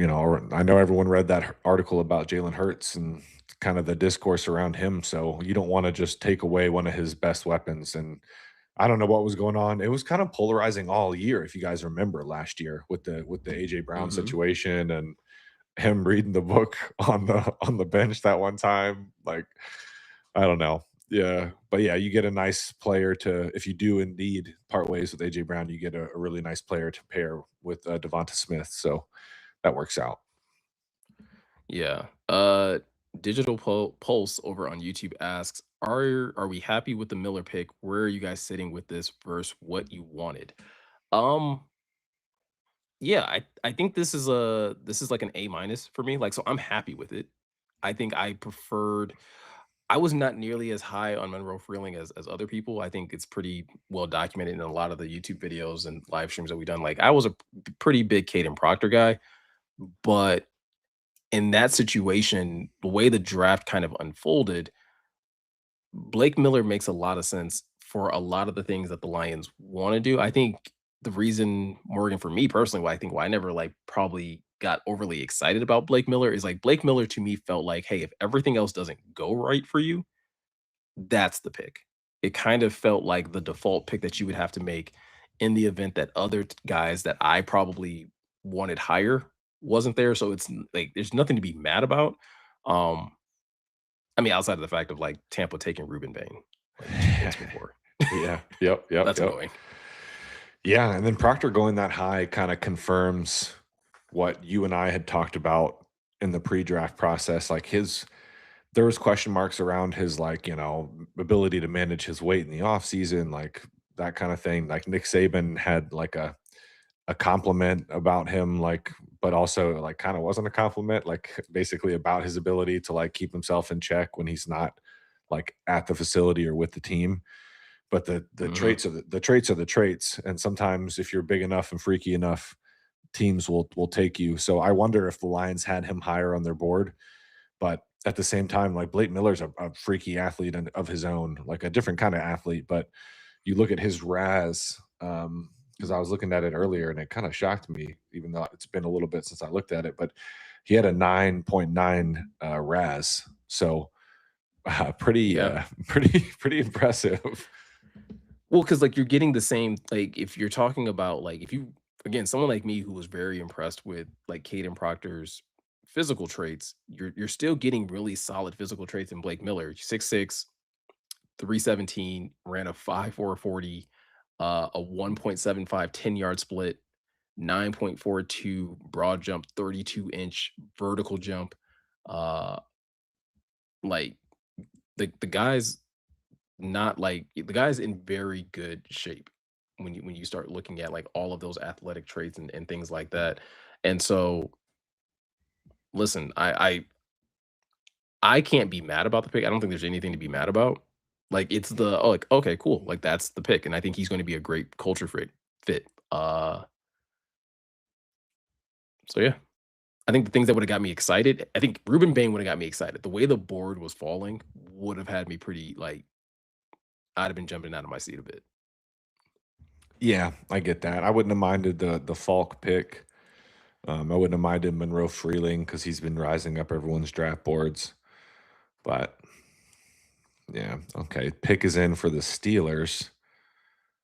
Another Detroit legend on the stage, Mr. Jerome Bettis, the bus. Cupper 82 said the pick is steak, not sizzle. See, that's a good way to put it. Because Yeah. if he's a above average right guard right away, that works.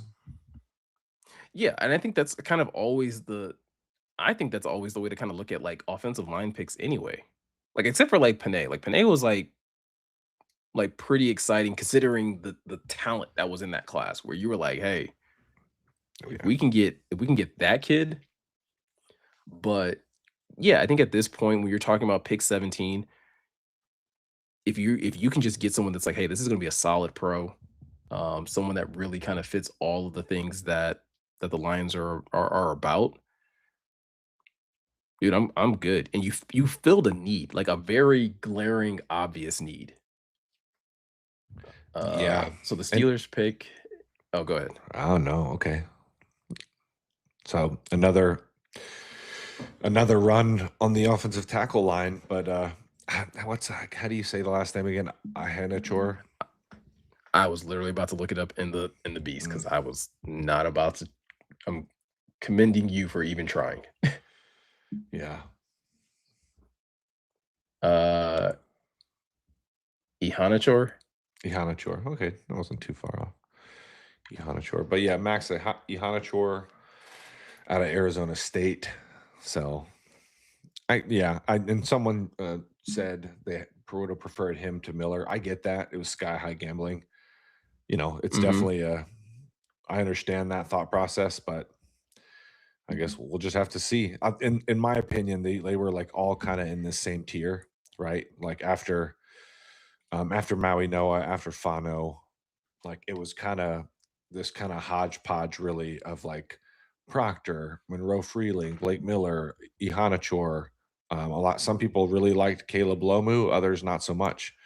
But he's kind of more Yeah. projected to go towards the back end, like 25 to 30 of the first round. But I mean, we're kind of getting there. So after that's kind of my thought process. It was Fano and Maui Noah, and that's Eric and Anthony's too. And then it was the ones we just rattled off. So it's this will be a class that everyone will talk about for several years because there's going to be a lot of these guys that are expected to play right away too. Yeah.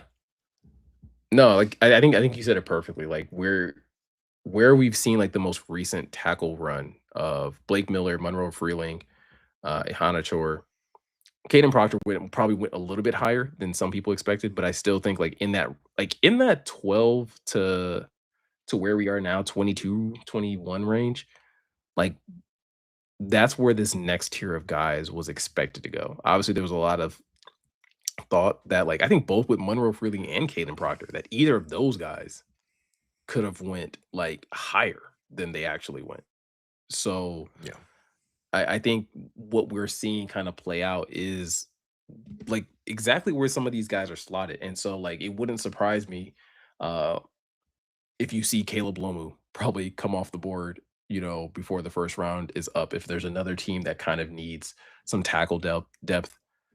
Uh because you still have the Chargers pick is in, Dallas still has a pick to make. So it'll be kind of interesting. There's still I think so far, Morgan, only one corner has been taken, right? Yeah, it's just the LSU kid, Yeah, Mansour Mansour Delane. Delaney. Yep, bingo. Delaney. Yeah, like that's so Jermon McCoy still on the board, Avion Terrell still on the board. You flip over to the safeties. Emmanuel McNeil Warren still on the board, Dylan Thineman still on the board. Some of these guys can probably start coming off in these next few picks once we're starting to get kind of into like the mid 20s. We talked about Caleb Lomu, some of the wide receivers. Mm, top three receivers are all pretty much off the board. When you look at Carnell Tate, Makai Lemon went off to the Eagles. Jordan Tyson uh, was the first, second wide receiver off the board behind Carnell Tate. So, and then you talk about defensive tackles. Like, again, Caleb Banks was the first defensive tackle taken. Caden McDonald's out of Ohio State is still available. Peter Woods out of Clemson, still available. Keldrick Falk, pass rusher out of Auburn, Akeem Messidor, TJ Parker. These guys are all still available. And Akeem Messidor comes off the board to the Chargers. Yeah, that makes sense too because they weren't really a Lomu candidate because you still like I know who got hurt was it Slater got hurt last year and Joe Alt Slater got hurt last year. and Joe Alt, but you still those are your bookend Your foundation tackles. guys. Yeah, so Yeah. this makes sense though. But you get Messidor, and I know people are going to say things about someone called him old man Messidor earlier. That made me laugh, but obviously he's someone that if you're Jim Harbaugh, you're hoping that right away, like you got to come in and you got to be a productive player, buddy, because I need Mhm. to win some games. But I think like you're getting a guy that has shown that he can do it, right? Like I know that's it's someone who's obviously been in college a little bit longer than people, probably would prefer to be drafting a prospect. But again, you're getting him in the late 20s, and this is a guy, man, that has just been putting up numbers season after season. Um 63 tackles this past season, 17 and a half tackles for loss, 12 and a half sacks, four forced fumbles. The season before that, 32 tackles, 9 tackles for loss, 5.5 sacks. 2023, he missed 11 games due to surgery on both feet, which is wild. Uh, but then you go back to 2022, his first season in Miami, 38 tackles, 10.5 tackles for loss, 7 sacks. Like the dude knows how to get after the quarterback. 35 and a half sacks in his college career. Just disruptive. 6'3", 259. I think him going to the Chargers, he's going to get a lot of versatility, being able to play stand up, being able to play with his hand in the dirt. So yeah, I think Yeah. this is going to be a solid pick. Um, Larry Barden asking, so are Sorsdal and Manu officially gone now? I think both guys are firmly on the bubble. And it wouldn't surprise me if I don't know, Morgan, I don't know how you feel about it, but it wouldn't surprise me if the Lions added another tackle at some point in the later rounds to maybe compete with Manu. Yeah, man, the clock is definitely starting to tick faster for Giovanni Manu. Like I know the runway was already gonna it was always gonna be long with him. He was coming from Mhm. Canada, that's a steep uh, spike in just competition, right? Going from his Canadian college football to the NFL. But it's going to be time because now, like Borum, they're going to definitely give Borum every chance to start at right tackle because this organization is just built on uh, competition. Like that's what everything what they're about, right? So they're going to say it's a competition between Borum and Blake Miller, but obviously you'd hope Blake Miller wins.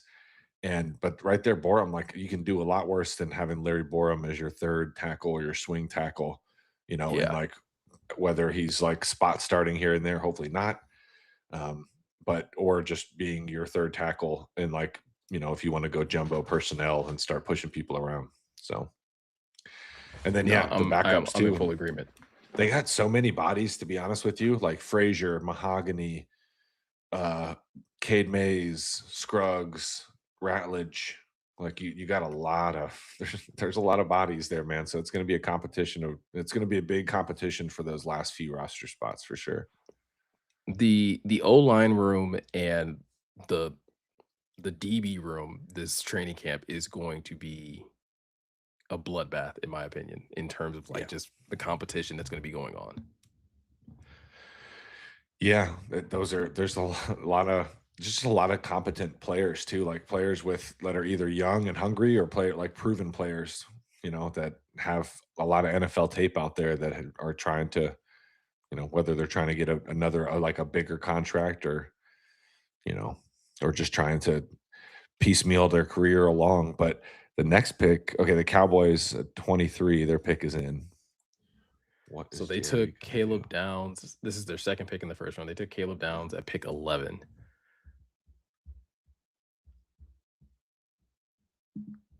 So going to picks and needs. Dallas still has a need for an edge, D line, which they could get one of the top defensive tackles, right? I talked about Caden McDonald still being available. Uh, Zion Young is a guy that is pretty high on Mel Kiper's big board or best available, as well as Keldrick Falk. I would kind of hate it if they got Keldrick Falk. I would too. Could they take Lomu? Do they No. need tackle help?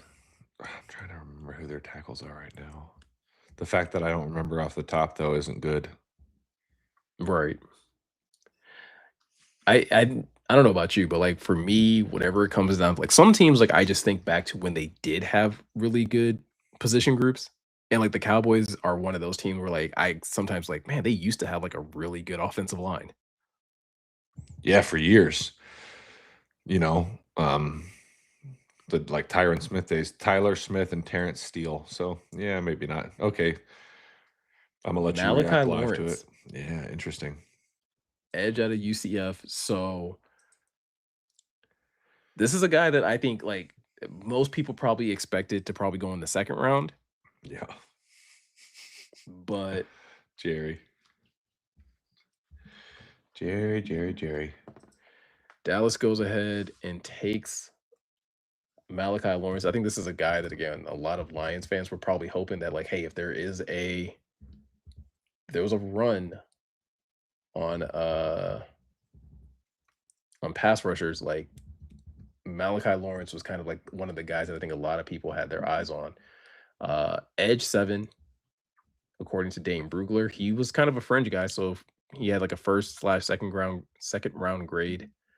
Uh, was kind of in that same tier of like Gabe Yakus, Zion Young, below the likes of TJ Parker, Akeem Messidor, and Keldrick Folk. So I guess it kind of just depends on like your view of it, of whether or not you think this is a reach. Eric's comp for him is Josh Sweat.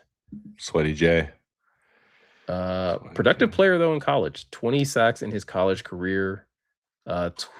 7 sacks in 2005, 5 sacks in 2024, 7.5 sacks in 2023. So you're getting a guy that definitely knows how to get after the quarterback. 6'4", 253, good athlete, ran a 4.5 40-inch vertical, 10-inch broad jump.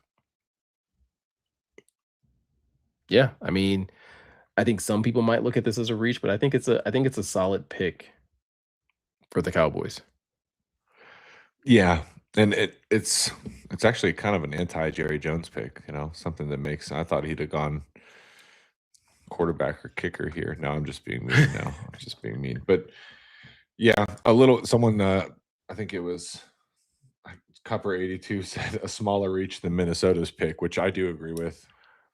That Minnesota pick is what, like, I fully expect, like, obviously we all know that, like, uh draft analysts like to grade picks after, like, each round. I fully expect that to be like a D, if not lower. Yeah, people are going to beat that up, and I get it. Someone said, "Oh, the Bears are on the clock." Agreed. LJB Ruff, FTB as always. FTB, FTP, and FTV. So I guess I'll ask Morgan, I'll ask you, and I'm asking the chat this as well. So obviously the top two pass rushers have been off the board for a while now. We've seen Akeem Messidor go. We've just now seen Malachi Lawrence go.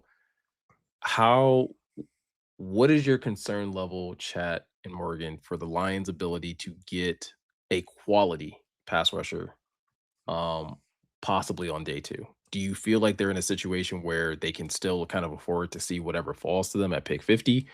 Or do you think that they might have to get aggressive on day two? Well, we'll kind of have to monitor as we go, right? Like how, if there's a run, right, on the rest of these Hmm. edges. Because if you look at it now, Messidor's gone, Falk is still on the board, Bailey's gone, Ruben Bain Jr.'s gone, TJ Parker still on the board. So, like Gabe Yakus, Zion Young, Cassius Howell. So there's options, right? But like the Lions don't pick again until 50. So you kind of have to. We're gonna have to monitor, because if there's a run, I won't be mad if Brad does want to trade up, because that's another place you could get away with not addressing it. You could do it, maybe a little bit later. We'll see, but it would be nice to Hmm. get. It'd be nice to get one of these guys in the second or third tier after like the Ruben Bain and the David Bailey tier.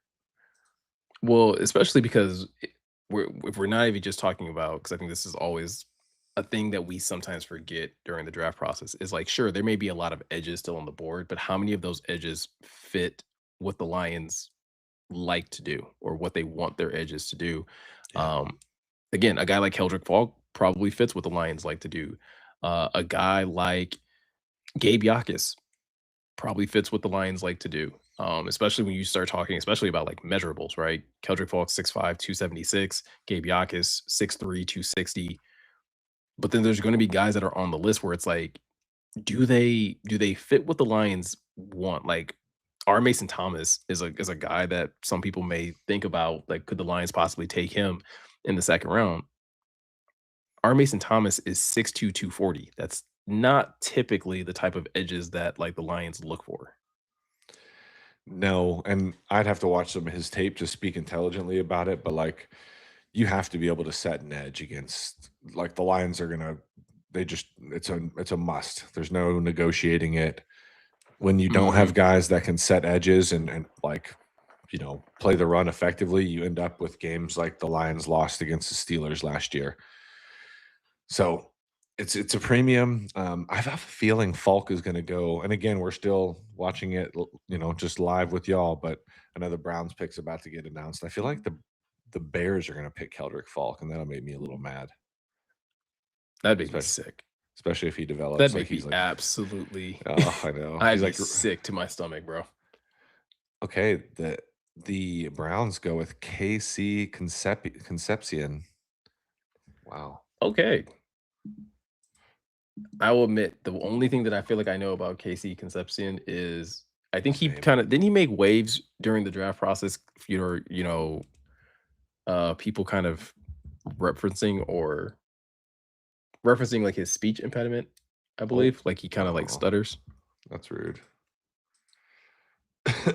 Yeah, I don't know. I didn't see. I do remember vaguely someone talking about that, but I mean, yeah, Derek has his pro comp as like Matthew Golden. He doesn't have an official 40 listed, so yeah, I don't know. Was he hurt or did he just not test? I don't know. Um Texas A&M by way of NC State, so started at NC State, finished at Texas A&M. I just looked up at the TV and the first thing, like the first highlight I'm seeing is him returning a punt. Yeah, so he So must be a burner. I mean, especially if Eric's comparing him to Matthew Golden, because say what you will about Matthew Golden and the Packers, but Matthew Golden can fly. Like, he's that kind of player. yeah, I mean, Casey Concepcion, 61 receptions, 919 yards this past season, 15.1 yards per reception, 9 touchdowns, stands at 5'11 and a half, 196 pounds. Fluid gliding athlete with adequate size, sudden in his release to swipe away jams and quickly stack corners.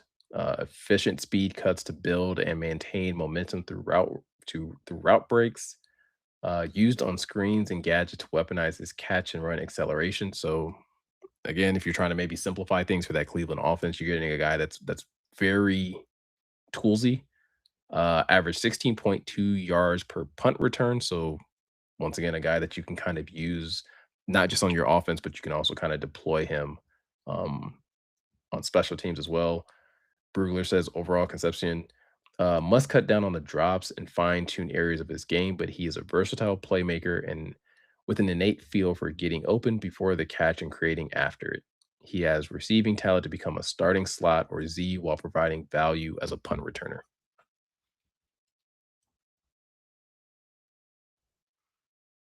Oh, you're muted. um, I see the vision. I see the vision. The Bears pick is in. If I could give two guesses for the Bears, just trying to be analytical here for these last several picks, I feel like they go Peter Woods, the defensive tackle, like the 3 tech out of Clemson, or Falk Mm, here. I could see because they need help up front. yeah. I don't. Oh, I saw someone say, "Wait, Morgan jinxed it." What did I jinx, guys? What did I Oh, say? is it Folk? Oh shoot!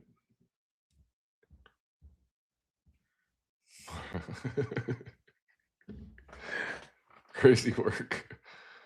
Oops. Oh, I'm gonna be sick if it is. Someone commented it was per POD Twitter, Alien Vivitor. Blake Miller says he doesn't think he's ever missed a game of competitive football at any level. That's pretty crazy. That's wild. Yeah.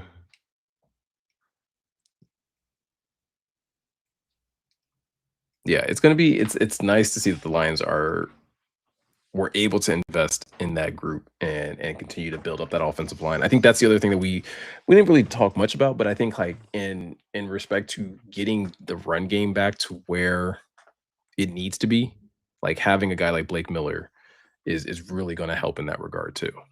Yeah, we have to get back there, man. Got to protect Jared better. Although, shoot, he balled, even though they didn't protect him particularly well last year, most weeks. But yeah, I just want to get back to like this. Doesn't It's not Panay, but Blake Miller's still a people mover. Don't get it twisted. So like, I wanted to keep that a strength over there with Ratledge. on the right side. Now I'm just really interested because 4 out of 5, in my opinion, positions on the offensive line are solidified. You're good. Like you got Yeah. you got first team all pro to like hopefully above average level players there.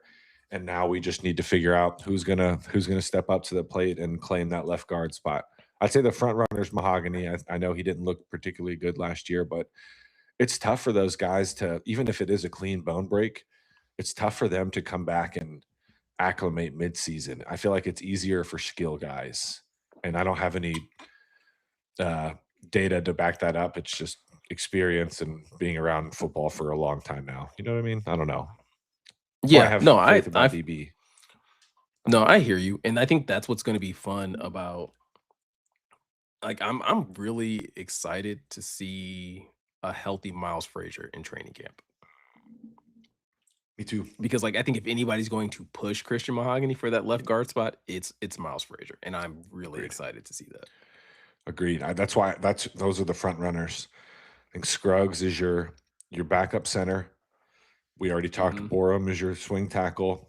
You're kind of getting to the point. I don't know if you can keep more of that than that on the active roster, to be honest with you. Like, I don't know if they're going to have the luxury of keeping a fourth tackle unless somebody makes them earn it. You know what I mean? Mhm. Because you have so many, you only have like nine, maybe 10. I think I'd have to go back and look, but probably 9 roster spots. And so it'll be critical. But Frazier, even if he's your backup, like that's awesome because he's got experience at both guard spots, tackle spots at LSU. So yeah, I'm starting to like this offensive line. Yeah. And, like, Alien Vivitor just said Lions adding a ton of offensive line competition, and it's a young room. I think that's the thing that's also really exciting, is that it's a Yeah. lot of young competing talent. All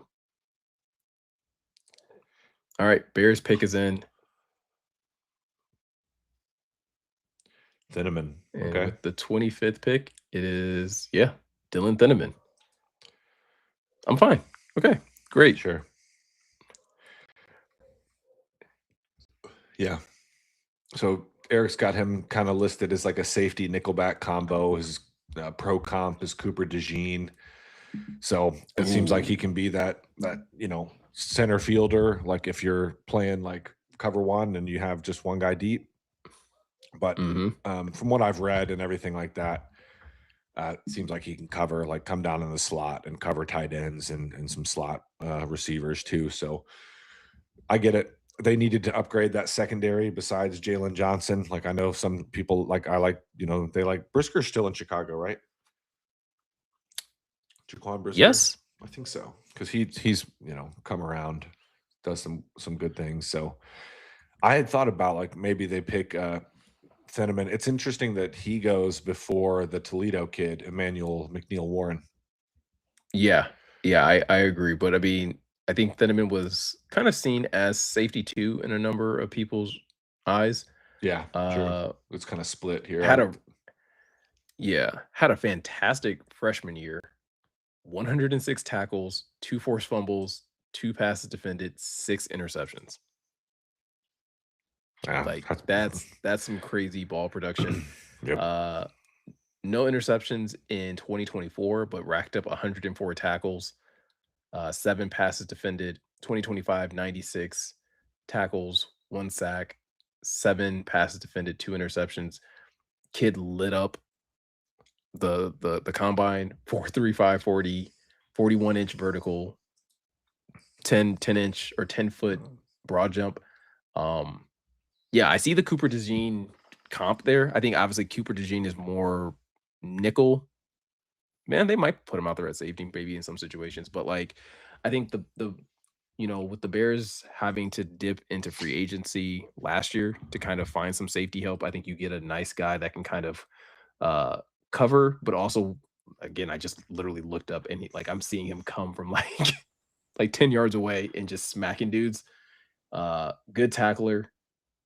So like it's listen, I think they're getting a nice solid player to add to that defense.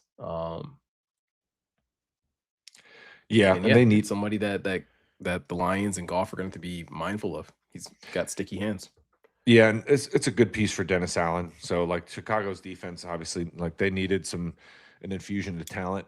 Mhm. So this would be good. And honestly, it's funny now because I feel like every white DB is going to get a little bit of a Cooper DeJean comp for like the foreseeable future because it had been a minute, man. This is more white DBs than we've had in a long time. Mhm. Not been a Yeah. lot. Jason Sehorn back in the day. Yeah. So I think it's that's an interesting move there. I did see that there was a trade. I believe the Texans and the Bills made a trade. I'm trying to scroll back up so I can see the I think you're right because the Texans. I'm seeing the Texans at 26 or the pick is in, so they must have traded up with the Bills. yeah, I think Alien Vivitor had put the trade details in. If someone could add those back, and I apologize. I think like a couple people have asked me some questions about things. So LJ asked a while Oh, ago, Miko, define quality. What do you want the edge to do? Hold the edge against the run or rush the passer or both? Uh, yes. because you gave me both as an option, I want both. Like that's what I think Yeah. is quality. If you can get a guy that can do both really well, then that's great. And I think that's one of the reasons why um like it's either you got to do both really well or you have to be really really good at one. And I think that's why like for Keldrick Folk, like he was kind of high for a number of Lions fans because like he's a guy that is still developing as a pass rusher, but he's so good at defending the run and all the physical tools point to like, man, if you can develop that kid, maybe you can get someone that can be a solid pass rusher. Um, so I think like quality edge is somebody that you can like count on to get 7, 8 sacks a season because Aiden's going to do a lot of the heavy lifting anyway. You kind of just need someone to be that Robin to his Batman.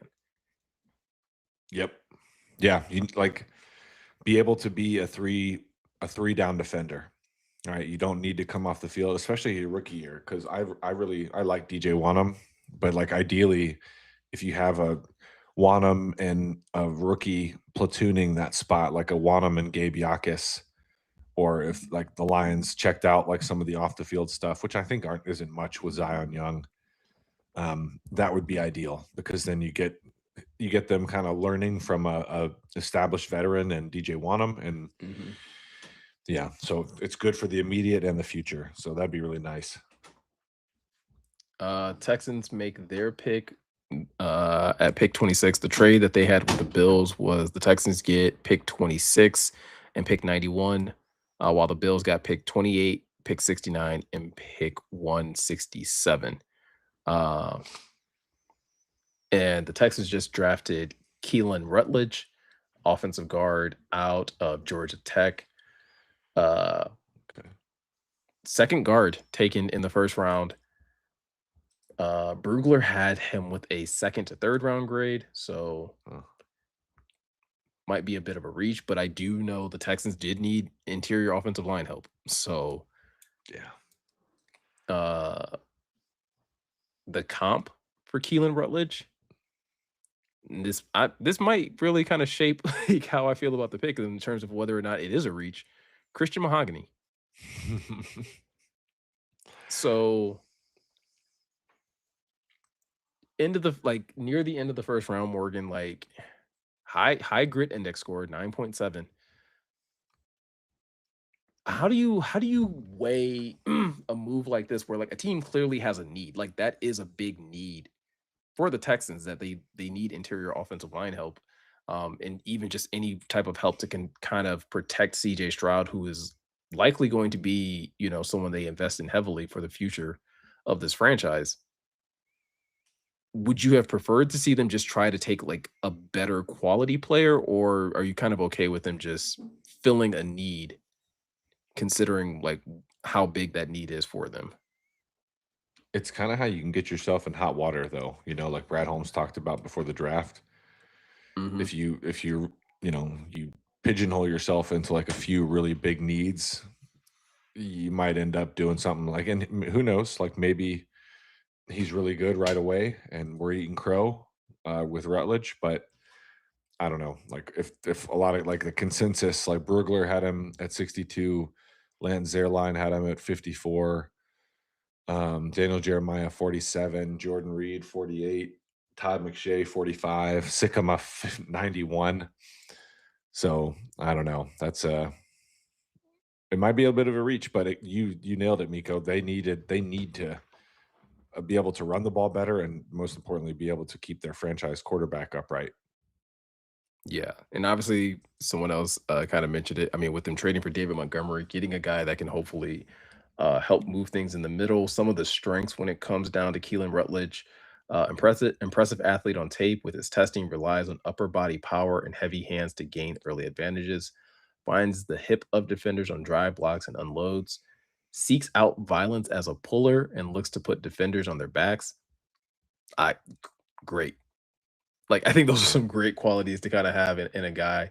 Overall, Rutledge will have trouble at times protecting his edges, but his aggressive mindset and competitive toughness are the roots of his success. If his medicals are clean, he will compete for immediate playing time at either guard or center. He has been snapping for teams during the pre-draft process. So again, a guy that has a little bit of versatility as well. So, yeah, I think you made a good point, right? If the Texans could potentially be getting themselves in a little bit of hot water by reaching for a player just to fill a need, but if he is able to kind of solidify and fill the void for what they are looking for, then you kind of can't really look at it in that context.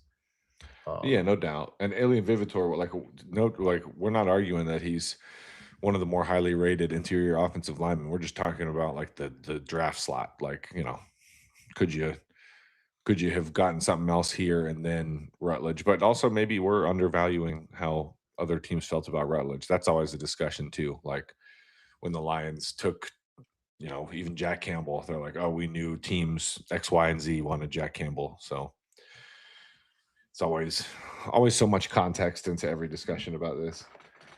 yeah, well, I think and that's why, I mean, it's pointing out obviously just the fact of like, hey, uh, you know, he's rated lower on a consensus board, but yeah, like a consensus board doesn't mean a whole lot if the player turns out to be like if he plays well above that, if he ends up playing at a Pro Bowl or All Pro level, it's kind of hard to knock the pick there. Dolphins just made their pick at pick 27. They are taking Chris Johnson, cornerback out of San Diego State. So second corner taken, and Jamad McCoy is still on the board. So you have to start to wonder, Morgan, like are the injury concerns a little too much, even for a team like Miami, who can kind of afford to, just find some quality players. But Chris Johnson is a really good player. Again, someone that I know Ryan was talking about in our most recent podcast as like a possible candidate that the Lions could probably look to take in the second round if he, happened to fall there. But he does, in fact, end up being um, a first round pick. He was CB3 according to Dane Brugler, CB4 according to Eric. So Yeah. I mean, this is like the couple, like the second or third instance where we've thought somebody else was like more highly thought of or like sought after, and someone that like with the Caleb Downs pick or the receiver Tyson Jordan going before Makai mhm. Lemon. So it's been interesting to see how like the NFL like some of the teams boards have been versus some of the consensus boards that we've gotten used to looking at over the last several months. You know what I mean? Yeah.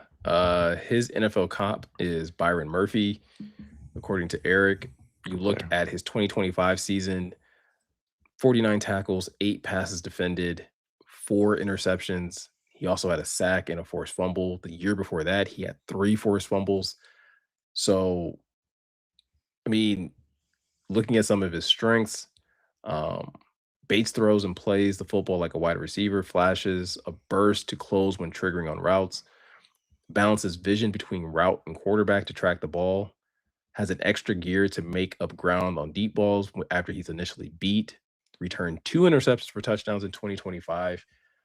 Eager run defender, won't jump off the tracks to escape oncoming to escape the oncoming train. So yeah, I think it's a nice pick for a team that's rebuilding. You're getting a young talent, and Chris Johnson is only 21 years old, so that'll be exciting. The Patriots just made a pick at pick 28. They just traded up, I believe, with the Bills.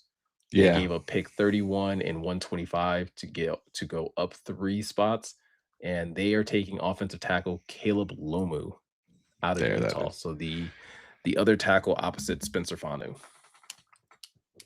That makes sense then. Okay, so yeah, and Constrictor 14 makes a good point. It's like the Bills trading back, like maybe they wanted the guard, Rutledge, Yeah.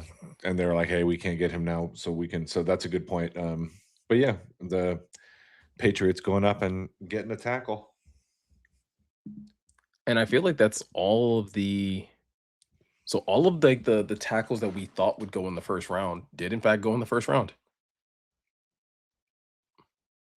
I feel like we knew we like early on we had a beat. We're like, hey, it might not have like a ton of top end guys, but I mean, Mhm. shoot, that's how many? 1, 2, 3, 4, 5, 6, 7, 7 tackles in the first round. So I wonder what the NFL record is for tackles drafted in the first round. that's a good Because that question. feels like a lot. 7 feels like a lot. Yeah, my guess would be like 10 or 11, like in one of those like crazy deep years. Yeah. Especially like probably like back in the day when running the football was still like king. Right, like some of those like late '90s, early 2000s drafts. Yeah. Caleb Lomu though was Eric's 7th ranked offensive tackle. I think we said when it came down to Dame Brugler, I think he was like 5 or 6. Yeah, Brugler has 5. him. Yep. Yeah. So primarily a left tackle. Um, once again, really good size. Eric compares him to Walker Little. So 33-inch arms. So for a team that, in the Patriots that were seemed to be overly concerned about a tackle that they took the year before that had shorter arms, it looks like, Caleb Lomo at least won't have those concerns.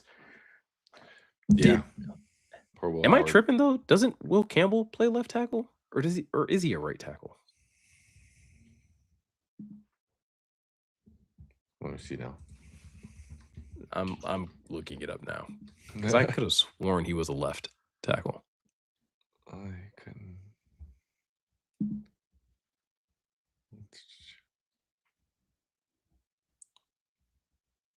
Why is it just listing him as an offensive tackle?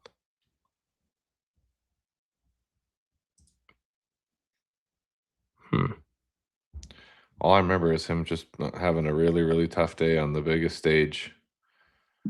Unfortunately, Yeah, that's what I remember as well. poor guy.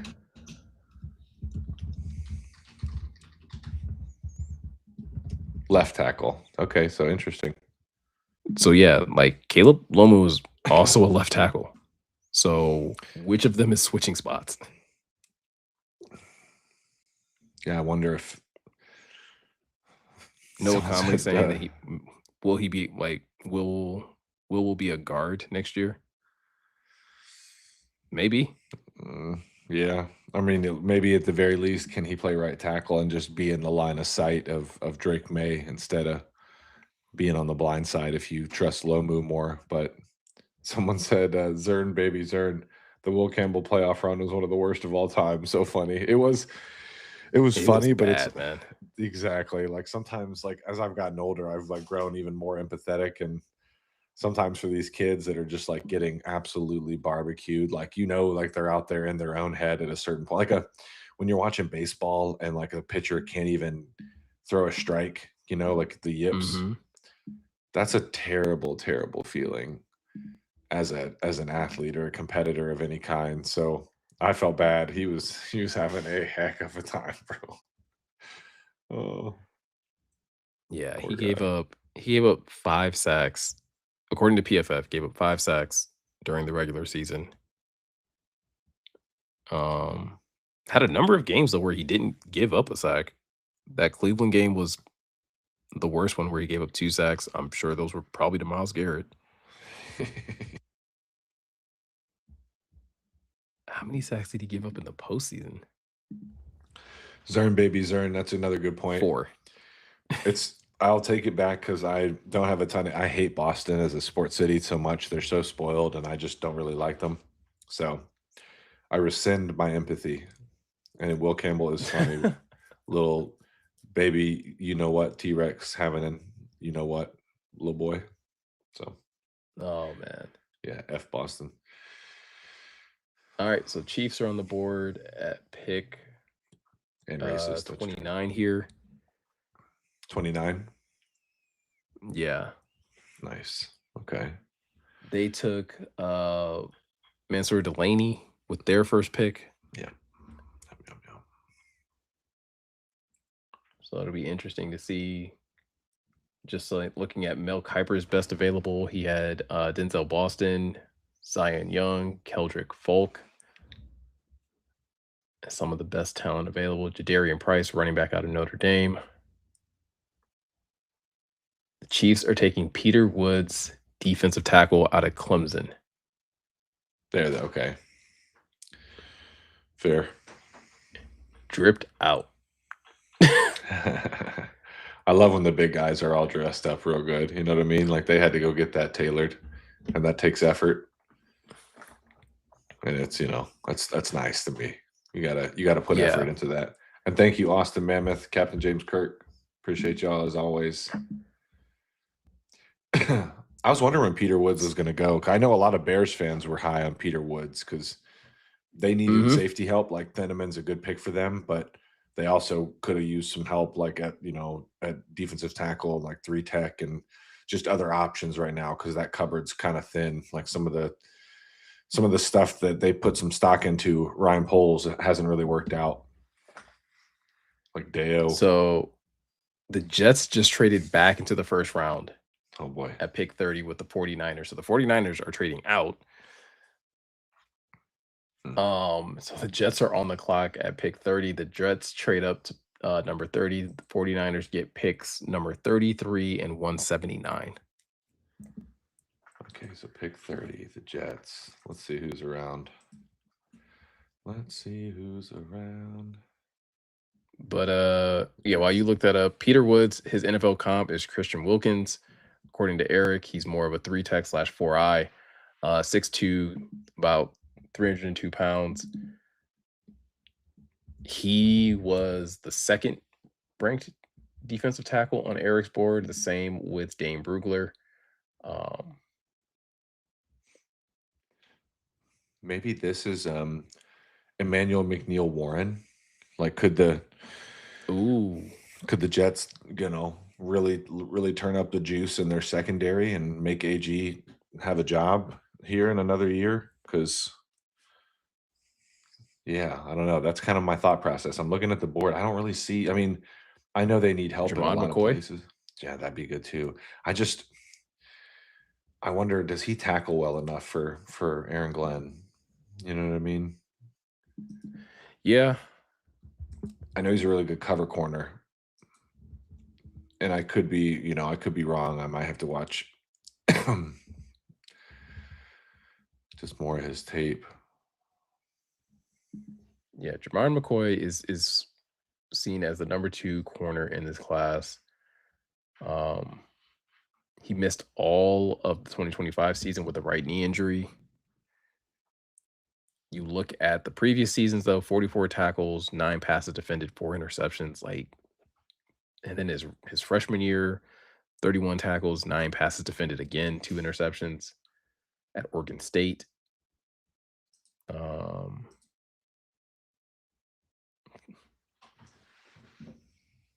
The Jets are taking wide receiver Omar Cooper Jr. So they take 2 offensive players in the first round. Okay, well. That's why I didn't think they were going to go receiver, but So he's the kid from Indiana that was eating most of the time, so can play in the slot and outside. 6'1", a buck 99. Eric's pro comp for him is Rashee Rice, 9.16 RAS, so pretty athletic. 4'4", 240. Yeah, That's a man. hell of a toe tap that they just Yeah. showed. hmm Yeah, that'll do it. So okay, I see the vision. Yeah, I mean, you're giving. I forgot that the Jets got Geno Smith, and I just saw someone say Geno. I mean, you're trying to make Geno's job easy by giving him enough playmakers on the outside. So you have Kenyon Sadiq that you drafted earlier. You can now get Omar Cooper Jr. You already have Garrett Wilson, Brees Hall. Obviously, you're hoping to sign long term. You're giving your quarterback enough to where something should be able to shake out, and you should be able to put more points on the board. You took David Bailey with your second overall pick to add to that defense. Do you think the trade up is worth it though? Like I think we can all say like, oh, Omar Cooper Jr. is a nice pick, like solid. Do you think they needed to trade up though to go get him? They're kind of in that stage of their rebuild, right, where they have so much draft capital. Like it's like when the Lions traded up to take Jameson Yeah. Williams, they're just like, Hmm. we can because we can type of thing. Like Alien Vividor points out, they still have picks 44, 103, 140, 179, etc. So Hey. yeah, if they really liked him and they were like that was their clear cut best receiver, because I get one. They had such a hard time scoring points last year at times, man. So I get wanting to reinvigorate their offensive playmakers because it was tough sledding at times for some of them boys, man. Yeah. Is it at all concerning to you that you have a defensive minded coach, but you've spent 2 first round picks on offense and only 1 pick on defense? And I'm you very lost 2 pick like you lost 2 key pieces on defense last year. I know. I'm concerned with the AG's job safety in general, just because, like you said, if you don't have a quarterback in this league, and I'm not trying to be disrespectful to Geno Smith, I just think his best days are behind him. At one point, he was Mhm. an average to above average starter in this league. I don't think those days are anymore. Um, so oh my God, the Bills traded again. So So the Bills also trade out of the first round. interesting. Tennessee comes back up. Yeah. They took a receiver in the first round, right? With their first pick, I mean. Let me see so it'll jog my memory. Yeah, because they took Carnell Tate Yep, you're right. at 3. Because we talked about them giving Cam. Oh Oh, shoot. oh, what? No, wait, they took Jeremiah Love? No, yeah, they did take Carnell Tate because Yeah, Jeremiah they Love took. went 3 to the Yeah, Cardinals. they took Carnell Tate because we were talking about giving the quarterback a chance. Yeah, giving Um, Cam, shoot, giving Cam Ward Cam Ward, Cameron another Ward. wide receiver option outside of Calvin Ridley. Yeah, exactly, yeah, exactly. Because we were trying to think of who else is in their room. They've had So, some misses through the years. My goodness. I mean, it could potentially be an edge here. Could particularly, I mean, could they take the other running back out of Notre Dame? Mm, Take Jadarian Price? depend like yeah. I mean, trying to think of because they need a lot of help other places too. So like, could they Well, take and the him? reason I say that too. Oh, go ahead. And I was just maybe Emmanuel McNeil Warren. He's still sitting there. You know. Okay, yeah. I was gonna Uh, say I just looked at Jadarian Price's comp is Tony Pollard, and last I checked, isn't Tony Pollard the running back they currently have? So if you could get, they took Keldrick Volk. ah, okay. Dang. That makes sense though. He had slid for a while. Yeah. Dang. Um, chat. Did anybody get the trade details on that for the Titans Uh, coming up to? coming back into the first round. Alien Vivitor. The Bills traded. It bounced. Just bounced down. The Bills traded 31 and 69 and 165, and the Titans traded 35, 66, and 101. All right. So Shout out Alien Vivitor for providing a lot of the trade details for tipping the trades because that's been extremely helpful. So definitely appreciate you for doing that. yes, Appreciate the rest of you guys for hanging out with us for so long. I know like the Lions pick has been gone and you guys are still hanging out. So definitely appreciate you guys for still hanging out. and we're almost there. Wait, Chessfish, was it only 320,000 people? That's it? At Pittsburgh? Yeah, Detroit smashed that then. Well, we were like 700,000 something. It was crazy. Hey man, can't nobody compete for real, for real. No. It's different. I'll admit though, downtown Pittsburgh is actually pretty nice. It is. We had fun when we went there for that game. So Seattle has the last pick in the first round, right? 32. Yep. So we'll see if they make a pick or do they make a trade. Keldrick Falk coming off the board. I mean, so I think we've talked a lot about Keldrick Falk in the past. If you guys have been hanging out around the channel, but like, I mean, really good prospect. Was Dane Brugler's fourth edge in the draft class. Talking about a guy that's 6'5", 276 pounds, a lot of upside and potential. Hasn't even turned 21 yet. He's a baby. But I mean, like, some of his strengths, reads play design well, so stonewall pullers and fight through contact with balance, can work half a man and take an edge from the inside. Accustomed to dealing with chips slash help and seeing four hands on each snap, can hit landmarks when attempting to corner as a wide rusher. Versatile pass rush hands to swat, swim, or drive single blocks. Vocal captain who speaks up and leads.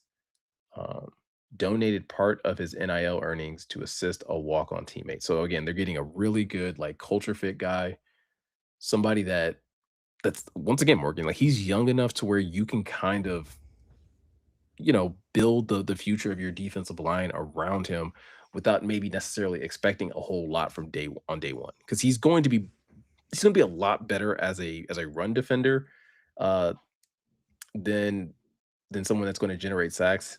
Only 10 sacks in his collegiate career, and he played 3 years at Auburn.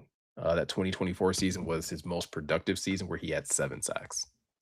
Yeah, might have like a little bit of a Trayvon Walker trajectory, like super toolsy, coming into the league young. I can't remember how young or old, excuse me, Trayvon Walker was when he came into the league in 2022, but he's turned out to be like, we're 3-4 years in now. And he's obviously turned out to be a really good pro. So that's kind of hopefully that thought process with Falk, and that's the reason you take him. So interesting to see that we were a little off. Like, could he be in play at 17 for the Lions? But at least he still went in the first round. Like, because I don't know. So a lot of smart people were on the Falk train. And then when you watch him play too, you watch the all 22, you see like some of you see the why behind it and the vision. Yeah. I mean, he goes after Akeem Messidor, who was Dane Brugler's number 5 pass rusher. He goes, I mean, the same with he was Eric's number 3, but I think that also kind of doesn't take into account depending on how you saw um Arvell Reese is kind of skewed the rankings of that because some people see Arvell Reese as an edge, some other people see him as a linebacker. Um, so yeah, one of the top pass rushers does still go in the first round. I haven't seen who the pick is, but I've already seen that the Seahawks went offense. Yeah. So I feel like it's a once we running kind back. of break, yeah, oh yeah, because they did part no ways more with Kenny K9. Walker. Yeah. So Jadarian Price would be a nice get. It would give you that 5th round option on a running back, so you could, obviously kind of keep them a season longer if you want to. Mhm. Yeah. And then Joey Tiger, yeah, that's kind of how I'm looking at it shaking out right now too. He did a nice little succinct breakdown of the starters and the depth. But you kind of look at it, right? Like past Blake Miller, so that's 5. Borum 6, Barch 7, Juice Scruggs 8, Miles Frazier 9, and Giovanni Manu maybe 10. I don't, you know what I mean? That's yeah, It's a loaded offensive room. yeah. Um, To draft Derek Moore, edge, and Barham. I mean, I mean, I'm looking at Eric's 2026 breakdown or depth chart. I mean, there's still Ben Barch, Michael Neese, Seth Laughlin, Mason Miller, mhm. Devin Cochran. Like there's still a lot of guys that are going to be a lot of those guys are definitely, fighting for practice squad spots and things like that. But Yep. I think you look at right tackle specifically, Borum and Miller are definitely going to be duking that one out for who's going to be the starter come week 1. Yeah. I like that Eric already has Sewell at left tackle. That's my baby. Smart. Smart, smart. It made sense, right? Like the minute they signed Larry Borum, and it's like, well, he's had more success and he's primarily a right tackle. It makes more sense to just kick, Panay over to left tackle. The Seahawks pick is in, and it is Jadarian Price, running back out of Notre Dame. That checks out. They need another back. Keep Yeah, that train and rolling.